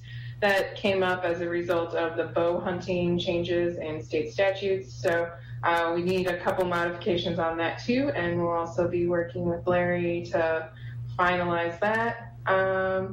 We also talked about the fence permit issues. If you remember, Matt talked about that a couple meetings ago. about how we issue a fence permit and whether or not that's really necessary, or does it give the impression that we go and verify fences. So we're going to continue the discussion on that and perhaps get like legal opinion or such on how we might proceed on that. And then we briefly talked about the sidewalks. I believe Public Works also talked about that recently. So it was kind of up in the air. It's more of a board decision. Do we want to make that a priority and changing that because it does affect budget? So our next meeting, we're planning to meet on the 16th so that we can bring the Knox box and the firearms and weapons forward for consideration. Did I miss anything, Paul? Covered it well, nicely done. Nothing else to add. Okay, and Larry, did you have anything you want to add? Okay. All right, that's all. Thanks. All right, thanks, Heidi. I had a question. Thank you. As far as the Knox box, then I'm sure with Jess on there, he runs it by chief to make sure everything is good. Then. Yeah, we can include him on the final draft to make sure that those changes were. Yeah, and in my discussions with him, it sounded like they were in close communication on it too. Terrific. Thank you. All right. Good point. So then we covered parks. Did I miss anything, Heidi? No, we had a pretty short meeting. Okay. Thanks. All right. Then moving on to public relations, Troy. Did we lose Troy? Yeah, we're gonna have to move that fancy rocking chair up there, Troy. Yeah. It's been a long day. I've been up since 3:30. So we met a couple weeks ago on the 27th of May, discussed some upgrades to equipment to allow us to do more of a hybrid type meeting where people can come in. Also, people can do it remotely. Everything was under budget, the budget we had.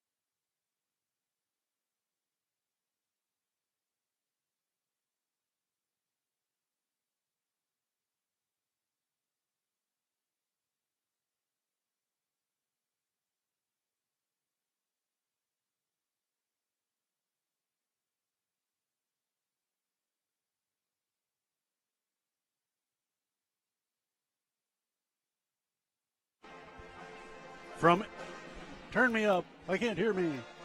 From Etheridge Arena in Monona, Wisconsin, this is Silver Eagle Basketball. Good evening. I'm Steve Martinelli, and tonight the Silver Eagles hoping to break a 3-game losing streak. They host the Stoughton Vikings, a team from the lower half of the Badger South. And I don't mean the southern area. They have struggled this year. Stoughton had a pretty good team last year. They're only 5-9 this year. They've won 3 of their last 6 games, but this is not the season they've expected. It's not totally unexpected, though, as they've graduated 5 of their starters last year. All 5 graduated. They're basically rebuilding. They got a lot of youngsters. Their 2 leading scorers, in fact, Ava Loftus and Delaney Seidel, both averaging over 9 points a game, but they are both sophomores. This is not a real large team either. They've got a couple of decent players, Maya Davidson and Micah Zamish, who are 6 foot or bigger, but they're not a really great shooting team. I think this is an opportunity for the Silver Eagles to pick up a win, get back on the winning track again. I mentioned MG has lost 3 in a row. Prior to that, though, they had won 7 in a row, and things are really looking up. They were ranked in the top 10 in the state for a couple of weeks, and then they fell upon some hard times against a couple of good teams. Let me find that, and I'll tell you about it. Let's see. January 14th, they lost to Oregon. That was a heartbreaker. 67-63. Got beat by DeForest in the Badger Challenge. DeForest, a pretty good team. I can't begrudge them that one. 48-39. And then they got beat by Edgewood last Thursday at Edgewood, 68-54. Edgewood beat us earlier in the season, 61-51, in a game that I thought could have been won. I'm hoping this one turned things around a little bit. Stoughton's just 1-6 in conference, it says here. Wow, that's not very good. Yeah, 1-6. They're ahead of the only team behind them is Fort Atkinson in the standings. Monona Grove 5-3 in conference, good for 4th place in the Badger South, right smack dab in the middle of it. Last year, of course, the Badger South was won by MG. 12-2 conference record, 20-3 overall, and Stoughton wasn't a bad team. They were 15-9 for the season, 10-4 in conference. But they have struggled this year with a lot of youngsters. Led in scoring, as I mentioned, by Loftus and Seidel. Megan Margie averages 7 a game. Maya Davidson, 6 a game. Zamish is about 6 a game. They've got some decent players. They just need to develop some depth. And Monona does have depth, if nothing else. I was looking at the stats here. They've got 5 girls averaging 7.5 points or better. 9 on the roster have scored into double figures. They've got a number of different offensive weapons. They've got a few good 3-point shooters. They shoot free throws pretty well as a team. And they're good rebounders as well. So I think this is a chance for MG to get back on the winning side of things. Their season doesn't get much easier after tonight, though. They travel to La Follette on February 1st. Then we're at Milton on the 4th of February. Then we've got Monroe and Watertown here at home before ending the season at Fort Atkinson, and then at home against Oregon. We've got the pep band here tonight to entertain us. They'll be playing the national anthem quite shortly, but Brad Pickett at Stoughton's got a big job ahead of him to rebuild this team after I said graduating all 5 of his starters, including an all-conference pick, Peyton Treloff. Treloff was just an outstanding player last year, 11 points a game. She had 25 3-pointers. Great offensive leader for that team.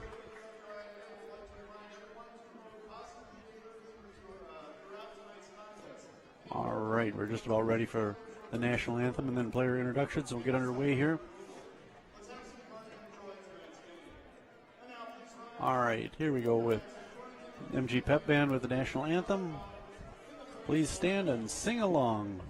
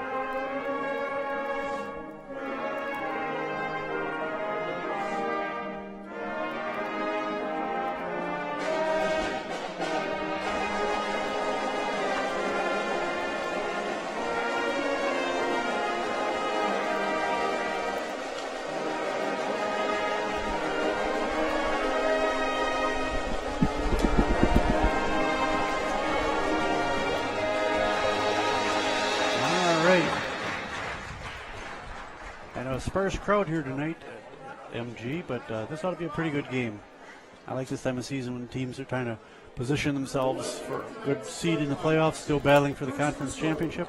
So, first starting lineup for the Stoughton Vikings. Number 5, a 6-foot senior, Mike Zamish. Number 21, Miranda Kotlowski, a 5'4 senior. Number 24, Riley Royston, 5'11 senior. Number 34, Delaney Seidel, a 5'8 sophomore. And I missed the other one. All right, now the starting lineup for the Silver Eagles. This is the one that really matters, right? Number 4, 5'8 junior Peyton Nelson, one of the team leaders, leading scorer for the Silver Eagles this season.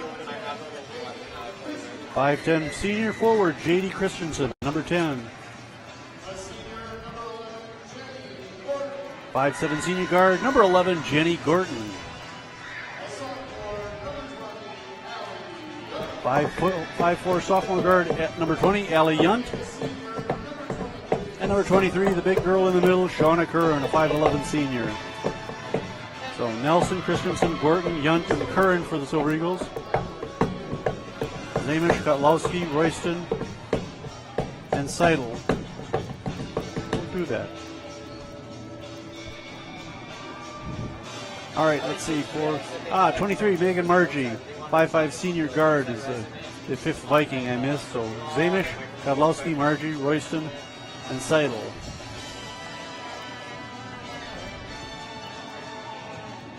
Zamish is 6-footer, Royston is 5'11. Looks like Zamish is going to jump center. Seidel's listed at 5'8, but she looks taller than that.